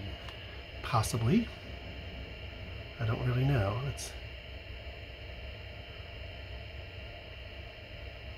Let's see. But now I'm nowhere. Yeah, I mean, you probably have to reboot. We should try to get the other one going and. Oh, we found it, and now the keyboard's dead. Yeah. All right, so I actually found, finally, the actual software for at least a Data Flyer SCSI Plus card, which we think the software is pretty much universal for all those cards. So we got that software, and it actually was able to download that, and it converted right to the disk image we needed. So now we actually have nothing hooked up except the Gotec floppy and, of course, our SCSI SD to SCSI. And the old dead drive just to see what happens. But now we're waiting for the boot cycle to finish and see if it actually loads and boots off that Flyer, what do you call it? Data Flyer. Data Flyer SCSI Plus auto load, which has enough to, at least on the floppies, to try, it will boot the system. Here's where it goes. It's trying. When we see that, it means it's moving to the Gotec. And the tracks and sectors are cycling, which tells us that. Now it's starting to load off the Gotec. Let's see what we get. And there it goes. If you're using, okay. Or if you're using, please answer no. Are you using Amiga 4000 drivers? Yes or no. It says if you're 612 answer, please enter no. I have no idea. I'm going to say no. And we don't know. Let's see if it actually...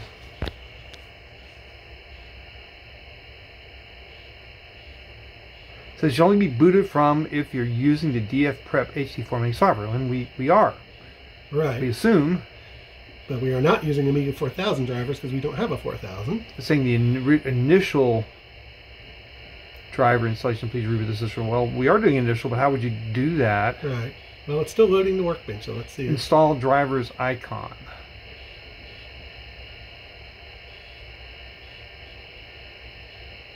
I guess they mean like after it's been done, but Right. yeah. Okay, Anyway. so please give me something I can There's a use README. here. I guess we could read the README. Let's see what they give us. Okay, let's see. Let's do. I'm going to do make boot disk. Let's see what we get from that. I've changed this around a bit, but okay. Oh, no, okay. Before continuing, you have formatted your hard drive. We have not formatted our hard drive yet. Yeah, we don't want this yet, so no.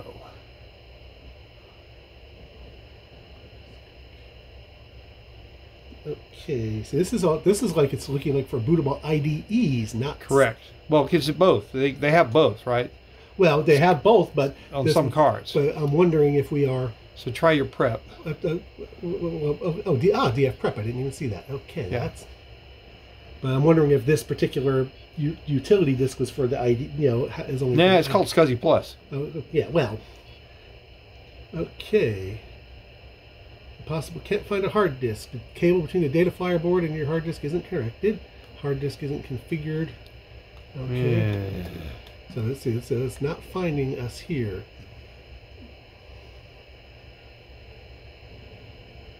So that didn't work. That is not helping us here because it pulled the let's see if this actually does anything. And we know it's there because the other utility saw it. The SCSI Plus drivers are already on this. Okay. Yeah, on the floppy is what they mean. Right. Let's see. Well, this is no fun. Yeah, let's see what they actually have here. SCSI Plus. Okay, let's see. They have a separate thing board for that, which is interesting. But no 2000. Right. Possibly because this, possibly because, yeah, I don't know why.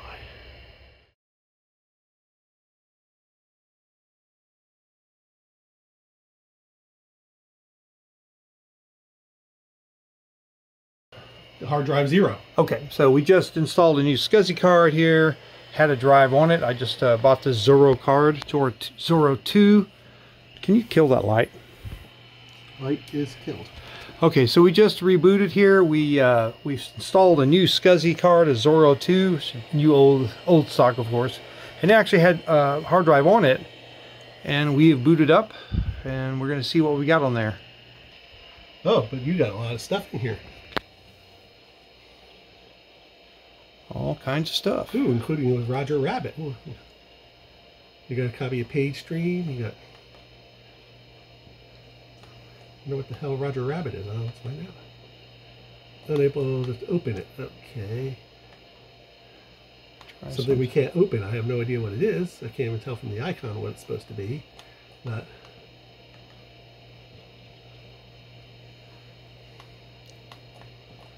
Yeah. Those are songs. We've got a few songs. And we have an ED player, which plays these MED files, which are different from the MOD files. Yeah, I never heard of those. I'm not familiar with what the hell an MED file is. Okay, so that's what's in there. Let's see what's in H-Stream. Yeah, so that should be the application. Yep, it is. See if it launches, just out of curiosity.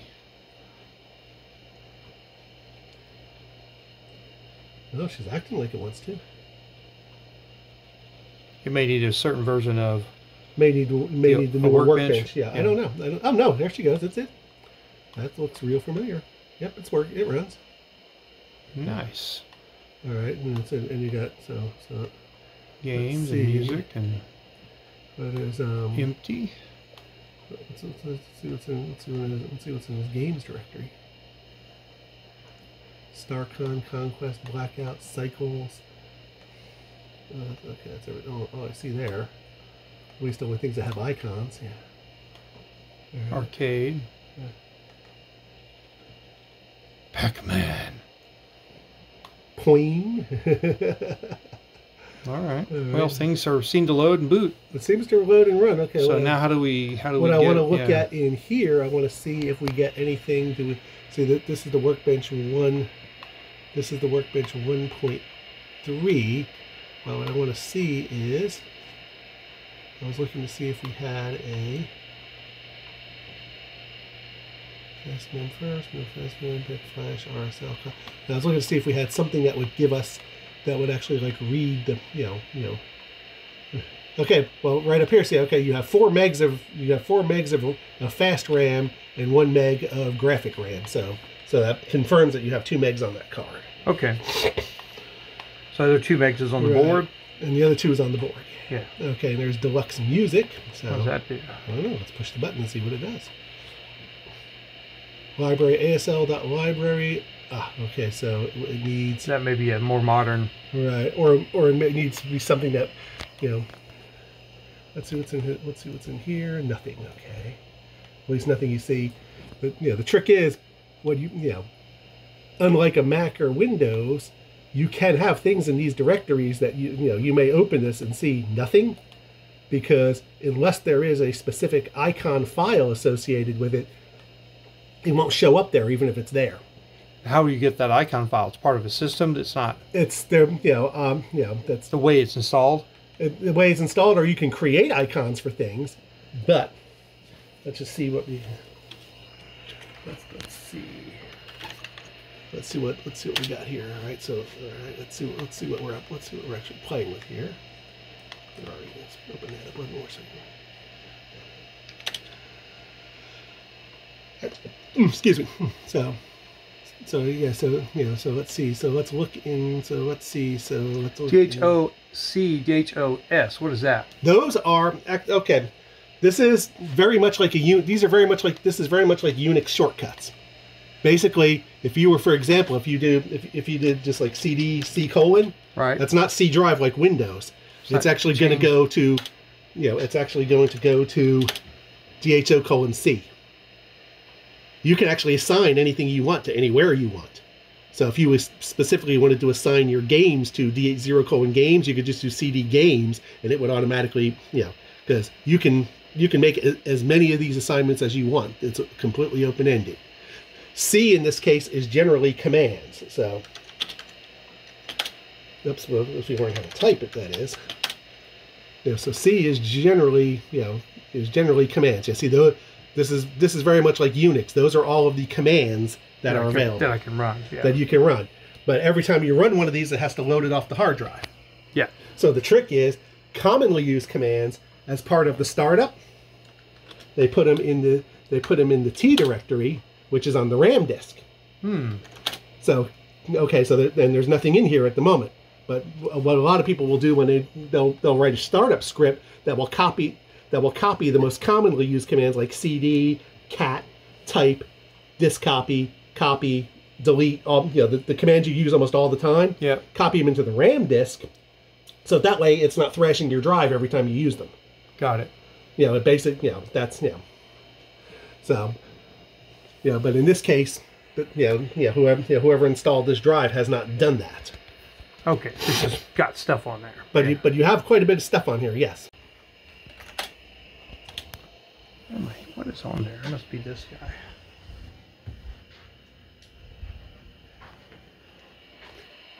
All right, so this is all the stuff that's actually on DH0. But what you notice is the icons are these .info files. Okay.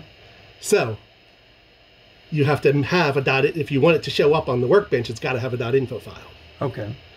Now, from the shell, can you change to that directory and run that file? Well, in this case, that's actually utilities as a directory. But yes, you can. Yes, you can. Yeah, you can. But what is vibes.ss? Those look like they're virtual instruments for some music utility. Okay. I honestly don't. I mean, you can see there's string chord. Yeah. Those look like those are sample. Oh, I bet those are samples for a sound sample, probably. Sound sample, exactly. And but you don't see those in the workbench because they don't have a matching .info file. Got it. So you really, so the workbench is not the complete operating system like it is on Mac. A convenience thing. You can have a lot. You customize your workbench to show what you want to work, but it's not a full OS like a Mac. Yeah. Correct. In fact, you can run this machine. For example, you can actually switch back to the workbench. You could actually just say, you can just quit the workbench completely and run it straight off the terminal and not even be using the workbench. Yeah, it's just a graphical convenience for Yeah. people like me Right. who don't want to work in the command line all the time. And that's right, exit is not. And then can you run workbench like you run Windows, WIN, you know, like... Yeah. In fact, crud, I just closed it. I was going to say, if you go into the if we go into the C directory, there usually workbench is usually a command that you can run to do that. So change directory C, gives me the directory. And now Amiga does not use the star in the traditional convention because it is not a true Unix. Okay, so workbench is not one in the C directory. It's it is in here somewhere. And unlike Unix, CD/ does not take you to the top level. Okay. It just takes you up one directory. Okay. Is there a command to go all the way up, or you got to go one at a time? I think well, if you want to go all the way up, you would just go, for example, CD DH0, and that would take you all the way back up to the top. The name of the drive. Yeah. Right. So that's how you get. But if you're used to using Unix, this is going to screw you up because it's a little different. Yeah. It's, it's Unix-like, but it is not a real Unix. There are some third-party shell utilities that will make it work more like Unix. Gotcha. You can actually install something like AXSH or something like that that actually gives you a more Unix-compliant shell, that will let you, that you can navigate more familiarly if you are already used to Unix. But yeah, but these things will. This came, when this was made, the only people running Unix were on mainframes. Gotcha. So this is actually, this is all pretty proprietary in a lot of ways. So I'm not, there is a command. Well, let's do this way. Okay, let's look and see. Startup sequence. Let's see. Let's see what they actually are doing, if anything, here. Okay, so this is everything that it's going to run, and unfortunately, you do not have the ability to scroll back up. So okay, load WB. That's the command. That's effectively the same as win. Load WB is what loads workbench. So if you quit workbench, if you were to close the workbench and have just a shell, you type load WB, it will launch workbench again. Now, if you quit the workbench and then exit and then end your shell, you got nothing. Now you're rebooting because now you got yeah. I'm with you. There generally is not there's not an easy way to force it back. All right, so we've done some changes. We actually hooked up my SCSI to SD. It's kind of right there with the tape on it temporarily directly to the card. We've got the drive disconnected. We'll play with that later. And we booted up off the Gotec. And we actually did get the drives formatted. Took a while. And now we are installing Workbench. We boot up off the Gotec. Booted off the Gotec and we loaded Workbench 2.1 and we did the install boot disk for Workbench 2.1 because I think my ROMs are version 2. And we are installing now. And we're going to see what Wolf chooses here. Oh, well, he's an expert, but he may not. He may. If we do novice, it's just going to do everything, whereas this is going to actually ask us a whole bunch of questions. Well, I'm okay with questions. All right. Well, as long as you know the answers. Well, let's see. All right. Install for real or pretend? And we're going to do it for real. Okay. We don't really need a log file. This program will update your hard disk. You're okay. Okay. So we don't have anything on there. No, I do not want the update installed in the storage drawer. I want it installed into, let's see. Yeah, my brain would explode with this. Show drives. That's what I want. We want it to be there. And proceed. What is a drawer? They're what they call a folder. But since Apple had copyrighted folder at that point, okay. Okay, these files, okay, we can say delete automatically because there's nothing there because it's an empty drive. It says nothing needs to be deleted because we don't have anything on there. Okay, so this is where it's going to start asking us for the other disks. So we got the stuff off of the Workbench. It's reading stuff off the actual Workbench 2.1 disk. And then it's going to ask us for the extras, the utilities, the fonts, all that stuff. It just keeps copying. Yeah, it's just basically it's just copying all the contents of all these disks onto that drive. So we're still rolling along, adding information into, or copying from the Workbench disk into the Amiga's hard drive. Here's where we're at right now. We're doing the fonts, and you can see there they are. Fonts rolling in to the drawer. The drawer is a folder because Apple had the copyright on the word folder, so they called them drawers. Bullet. And I named my boot drive WB2.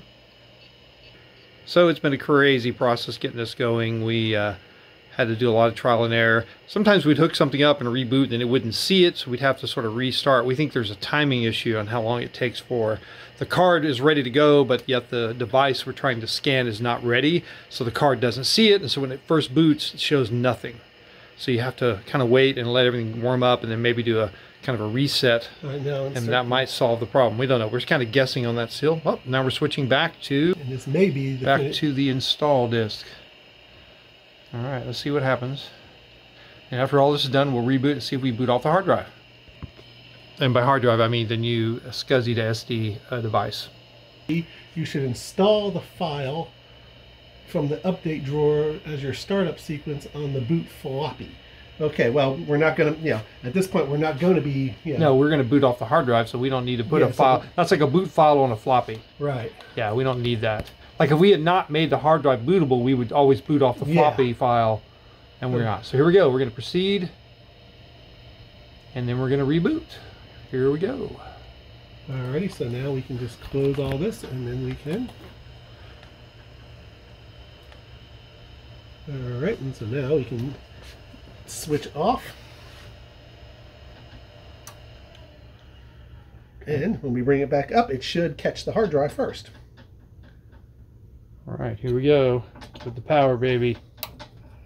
I got the power. Or it explodes. Eventually we'll hook up the HDMI output converter I've got. So we get color, yeah. Yeah, so we can see what this looks like. At least a somewhat scaled version. Okay, it's thrashing the drive. And I see blinky lights, blinky lights. Yeah, the front LED is going okay. It's flying too. You see how fast that was. That was quick. And now it's reading the floppy because it's still there, even though we're not starting from it. And where are my drives? Well, we know it's there because it's still thinking because it booted off of it, I assume. No, it should be. I mean, why is it hourglassing? I mean, it's picked up. It picked up this one, which is on the Yeah, my boot disk, the storage disk. Yeah. Right.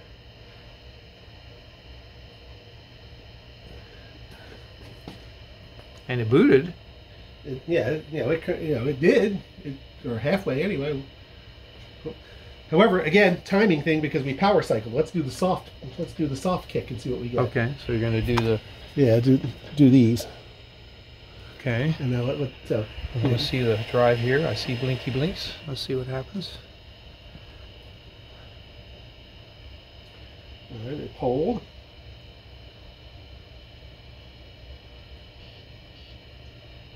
All right, there it goes. There it goes, blink, blink, blink. We see it blinking down here. Yeah. And now it's trying to load again. When we get to there. And we're getting some weird error. And we're getting some I'm wondering, I'm going to switch our floppy to quote unquote a blank, one of those blank discs rather than that one. Yeah, just so that way, and just make sure it's not trying to do something stupid. All right. And reset again, maybe? Yeah. All right. And if see how long it takes. And if this still doesn't work, I'm going to try just disconnecting that and see what happens, because it pulls that and then it hangs. So.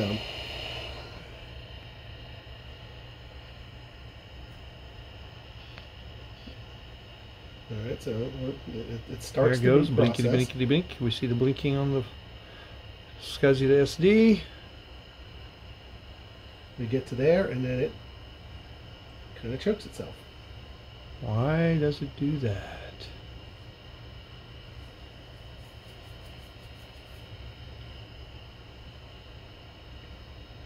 That's really frustrating. Yeah, because it went all the way through the whole process. It wrote. And we're hourglass, so we have no other functionality going on. Maybe we wait long enough. Well, possibly, but it shouldn't because it's not doing anything. It's not doing. Yeah, I mean, it's not like it's. Yeah, it's not trying to read the. It's because of the SD. It's not trying to read the floppy. It's just sitting. It's sitting there doing nothing. All right. Well, let's restart up off of the regular workbench and see. All right. You want to just reset? Yeah. We'll just do. And then we'll do the mouse buttons. Let's actually force it to start up off of the regular workbench. So yeah, we're going to hold down both mouse buttons, and now we get to pick. And it's 1 for, the Gotec is 1. So we're going to boot off the Gotec and then see if our drives mount again to see if they're there. So then if that's the case, it's something in the boot install. It's something in the startup, right? Yeah. Maybe have to do it again, or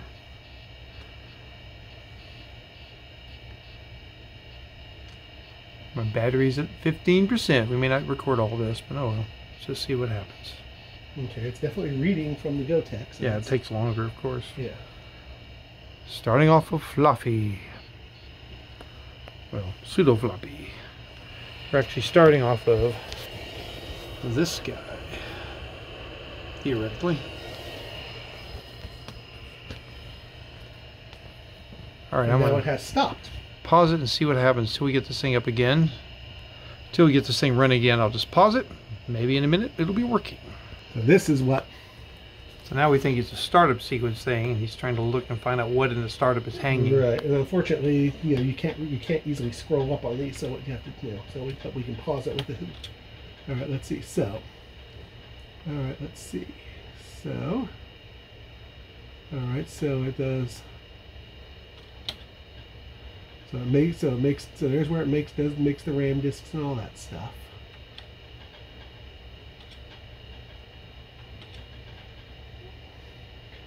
I'm almost suspecting that bind drivers is where it might be where it's eating ourselves. What are bind drivers? That basically loads some other, let's see.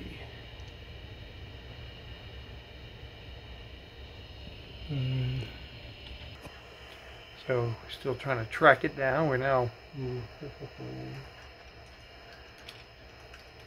Just want to see what happens if we do these commands manually. I'm thinking there's not a directory that it's looking for, or it's trying to create the directory. Yeah, I just want to see if what I'm trying to do is isolate where it's failing.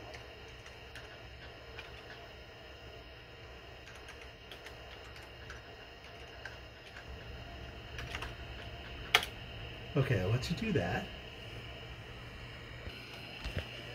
One more time for the film.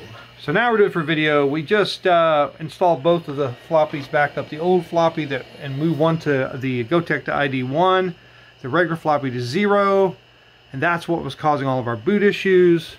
We are now there. We have the Gotec, which is set on empty. If we were to load a floppy, we would get an icon. Let's make sure of that. We'll do it. Here we go. Let's go ahead and we'll just do the 3.1 storage just because. So we'll should just see it go. Yep. Yep. So there it is, right? Mm-hmm. He can eject it. We'll get it empty again.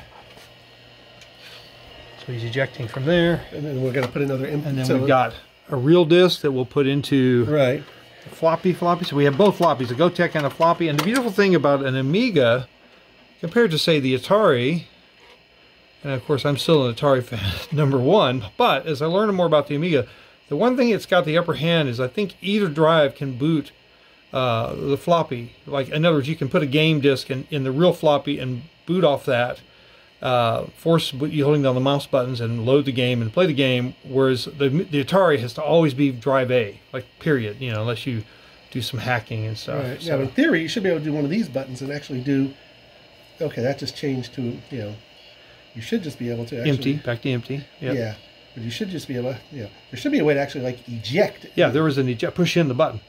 Just push in the button. Okay, there we go. There you go. Now it's ejected. Correct. Now eject the other one. And see, we just have our hard drives. Right. Our storage drive and our boot drive. How do we change the icon? Is there a way to do that easily? Not easily. There is an icon editor program you can use to do so, but it doesn't come with the machine. You've got to get. So it's a third-party thing. It's a third-party thing. Okay, well, pretty good for now. My phone is on its last bit of battery, so we did pretty good. I'm very dark on my screen, so my phone's about to die. But we finally got over the hump. It's a booting Amiga with the SCSI to SD device. Now I've got to sort of go in there. We're going to do some more playing. I'm going to try to take the card back out again, take the hard drive off, mount that SCSI to SD to the card, power it off the card, check that it all works, and then start positioning stuff in the case. And then we're going to try to hook up the old SCSI drive plus the SCSI drive I got with this externally and see if we can copy that data off those hard drives. We'll see. Stay tuned. So here's our port right there for our SCSI. So we'll need to use a 25 to 50 SCSI cable to get that to work. That floppy. Yep, that one floppy was bad. So we just hooked up an external drive just on the whim, the one that was actually originally had before. We don't know what it is. We're just seeing if we can see it. So go to your hard drive tools and see if it sees it. Yeah, because it's not Amiga format. We're going to need to play with the other one. But if we see the SCSI ID, then we know it's talking to us. Yeah, we can play with that other drive tomorrow. Okay, so now it's not in Tools. Yeah. So no. Oh, wait, because we can scroll over. There's some other stuff. Here it is. Yeah. There it is. So it should scan. We should find unit 0, 2, and 3. Nope, doesn't scan it. Well, it could be that drive's dead. Could be the drive's dead. Or it could, yeah. I don't. Yeah, we don't know. We need to get the other drive that we know works. So we'll play with that later. Just was a quick win. We did find the icon editor. You'll notice my disk over here. It's got graffiti. It was in tools. Yeah, we put a little M graffiti on there. He found the editor, and I think it was in utilities. Yeah, it was in. No, it wasn't in utilities. It was in. I think it was in tools. Tools. Yeah, I don't remember. If we scroll, if we go back to the left here. Yeah. So icon edit. That was the app we used, and we were able to edit the icon. Pretty cool. You can also edit your pointer too. Oh, nice. You can. You can change the size of it. Well, you can. You can edit it. Where is that? You can change it completely. You can make it a middle finger if you want. Yeah. Nice. So we're about to try another little test with the Commodore Amiga 2000. We actually have repositioned all the cards to make things spiffy. We went ahead and moved the RAM card back and put the SCSI card here, and we have our SCSI to SD right here, just zip tied with some standoffs to keep it off the SCSI card, and kind of tested everything worked. These are just here placeholder so I don't lose them, and we still have to deal with mounting the floppies. This floppy's mounted, but our Gotec is just sitting here. But as you see, we have now an external hard drive. This is the original drive that was on the SCSI card, and now we've got it tethered to, of course, the external SCSI part of the bus, and we're going to see if it recognizes the drive, and maybe we can copy the old beautiful Amiga software off of there. We'll see. Press the button, Max, as Tony Curtis or Jack Lemmon said to Peter Falk.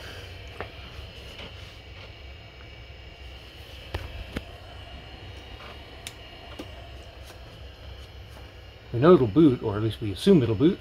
So there's the two drives that were already there. And so far, nothing. But I did not hear the Max door. Yeah, remember. Try to do its thing. Well, I also didn't hear it. Because remember, it usually goes. Ee. Oh yeah. Yeah. I did not hear that ever. Yeah. Check the power, maybe. That's what I'm looking at now. All right. So far, no go. All right. Let's retry to. Let's try to troubleshoot that, and then we'll try the boot up again. All right. So we've rebooted. Let's see what happens. We finally got the drive, but we heard it spin up. I think we need to probably just plug into the internal power supply. Yeah, I think that's going to be the next thing we do if it doesn't tell us anything here. Yeah, nothing's happening. Let's see if it just shows up on the bus. Real quick. Which is our card we just installed. Right, and there's your Super RAM. Right, this the 2092. That's your serial card. That's your SCSI card. That's your SCSI card, and this fast memory is also on the same card, even though it shows up as a separate. Well, so does the Zorro. All the Zorro 2s. Yeah, well, Zorro 2 is just the bus. Oh, I see. Zorro 2 is just the bus. Because you could, I thought that card was a Zorro too. Well, they all are, because they wouldn't fit in the slot if they weren't. Just like Mac had the new bus and the I got you. Yeah, and PCs have. It's the name of it. Yeah. Okay. All right. So that. Okay. So let's look at drives. Let's see if it detects anything. Okay. See, this just tells us. Yeah. So DF0. See DF1. It doesn't know anything about that. See, it just goes what the. Yet. Yeah. And then D80. See, it's picking up SCSI.device, which is all that. Okay, let's look at SCSI here. Let's see if it'll tell us anything. Checking SCSI IDs. All right, let's see if it finds my IDs. Okay. Okay, so, all right, so this is disk 6. Interesting. But the other ones we set to 1 and 2, correct? 2 and 3, I believe. 2 and 3, okay, either way. Or 1 and 2, because we had 0. Is there a 0? 0 was the other drive. Yeah, so we may have done 1 and 2. Right. Yeah, but there may be a number we need to check. So. Well, the other thing is they're not. It's not showing up here, but they're not formatted yet either. Yeah. I was looking to see if there was something that would pull. Yeah. The SCSI bus, and it may be that we may still not be communicating correctly for whatever reason. Yeah.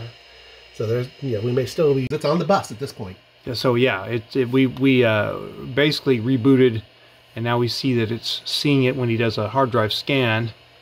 So let's see what happens. What I'm noticing is that our storage drive in fact shows itself as changed, and I don't know why. Maybe the icon? Okay, let's go ahead and... All right, let's go ahead and... Reboot. Crank it one more time. And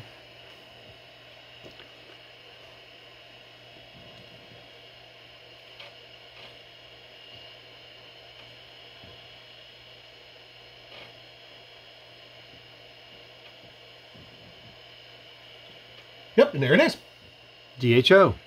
So that confirms that our external case works. Okay. That confirms that the external SCSI bus works. It might still be better to use the power supply. Well, we don't know. I mean, as long as it works, it works. Let's try to get some copying going and get all these goodies off that drive. Okay, so there are 27 megs in use. So we can get most of it. Well, we actually have enough room. The only thing I wouldn't bother with is the actual Workbench 1.3. Actually, yeah, let's just put the whole damn thing onto the storage. Okay, then I'll have it. Yeah. So let's see. So you just close that window and copy the disk, right? That's what I'm going to do. Yeah. So we should just be able to go ahead and do this. We should just be able to pick this, and then go up here to the Workbench and say copy. And then go to copy it to. Insert device to copy from. Okay, so and 0, which is already there. Right, but where is it going to go to? That's what I'm wondering. Okay, actually, let's stop this because this is going to do this isn't going to do a files copy. This is going to try to copy the tracks and sectors, which we don't necessarily want. It might wipe our boot disk. Right. So let's cancel that. Okay. So in this case, what we should open it up, select all. Yeah. Except you don't actually have I don't think you don't. Yeah, you got rubber band select. Right, but that may not get things like but that's not going to get things like sys and t and all the things that are not visible. We probably want to do this through. We probably want to do this through I know what we want. Let's see if it's here. It would be nice if he'd please tell me that he had this. Almost everybody has it. Let us go into shell utilities. Please tell me you have. You can't see anything. No, it's not there. Let's see if he had it in his tools directory. What is this pointer serial? Copy prefs. No, that was prefs. That's not my. Oh, I'm in the wrong one. That's why. Please be there. Please be there. Just copy at the top. Yeah, that's the track and sector copy. That's what happens when you actually do that copy. That's what it actually runs. What I was looking for is what's a quarterback? Is that's a backup utility, but that may not be exactly what we wanted. I was looking for specifically for tools, wizard, I'm specifically looking for a program called Midnight Commander or something or file man. I mean, basically there is definitely a utility that would, let's see. Added on. So we're looking for this utility. We'll come back when we find some way to copy these files. All right, we are rolling, and so what we did was we just got it copied.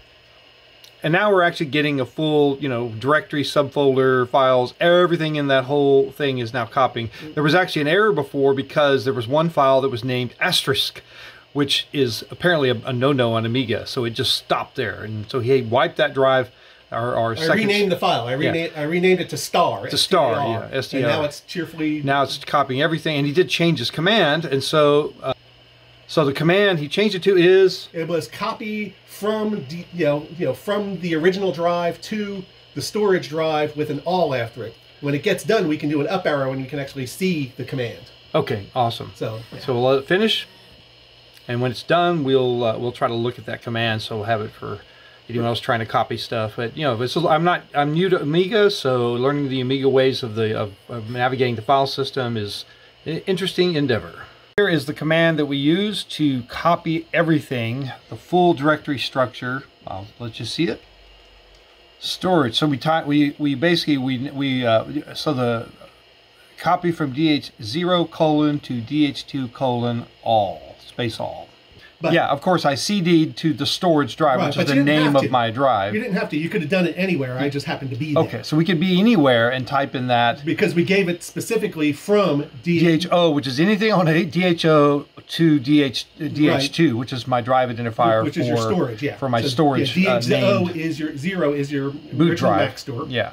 And so basically, we just told it, everything from the starting at the top level of DHO to the top level of DH2, and the all means get everything. Because this is 1 and 2, I can't remember. Yeah, 1 and 2 is my SCSI to CD, SCSI to SD card, and SCSI 0 is that, and this is named boot, workbench boot, and storage. And that's just what it is, DH0. And you could have done the exact same thing by doing copy from storage : to, or copy from whatever the name of the original drive was to storage : would have done the same thing. Yeah. So. Yeah, it wouldn't matter where I was in my shell. But you can refer to the drives by anything. You can refer to it by its name or by... Oh, really? Either one will still find it and still do it. That's interesting. Yeah. So that's one of the things cool about the Amiga. It's got a little learning curve, but yeah, a little different than what I'm used to. The Atari is what I spend most of my time playing with. Those you just see it, you copy it, done. All right. There's no shell, or at least not easily. So yeah, there you go. That's how we did it, and I think we should now have a copy of everything. So now I can just close the shell, right? You should be able to. Yeah, you just type N to CLI. Yeah. In CLI. Well, back up. Hit arrow down to get rid of that, and just type end CLI. One word. No space. No space. All one word. End and CLI. CLI is CLI is command line interpreter. In command line interpreter. And boom. And shell closes. And now, if you go into your storage on your workbench, see all you should see all the same stuff that was on the original DH. So here's my storage drive. Yeah. Now, if I were to move that icon, see, there's everything. Let's try to run a couple things. Right. It's going to take a little while to okay, there you go. Yeah. Let's see if we can run some page stream. Us page stream Atari users remember those days.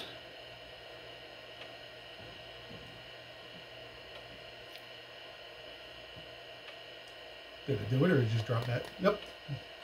Attempting to load program page stream 2. There it goes. And there it is. Now we need to get some better video going, but yes. Very fun. Where am I on my terminals? Still loading. Fascinating. All right, I'm gonna play with some more software here. So I was just given some more instruction here. So apparently the top menu bar in the apps, you have to right-click to get to all the functions. This is just the way Amigas work. I didn't know. Now I know. New letter, sure. Now I'll get my little template, and we can start doing shapes and things. Nice, look at that. Font. Just put some text. Blah, blah, blah. Look at that. Page stream, baby. And then how do you find your font? Is that on the menu bar? Yeah. If you go up there, you know. View or style. If your buttons are a little funky, but yeah, if you right click up, you don't actually have to be up there. You can right click from anywhere. Oh. But it's going to be in format, I think. format. Yeah, it's been a while since I've done. Change subscript, upper clip, left, right. No, text. Here it is. Text. That's kerning. Style, maybe. Yep. No. Fonts and points right there. Okay, there you go. There. And now we can pick, you know, what our. And if we move this, I assume we can see what we're getting. I guess it doesn't. You have to just do it.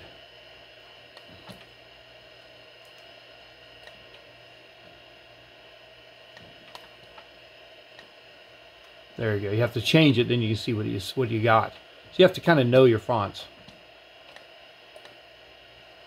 Very cool. And I imagine we can. Ha ha ha! Yes, Pinky, it is working. Go crazy, baby! Look at that. Amazing. All right, so let's quit.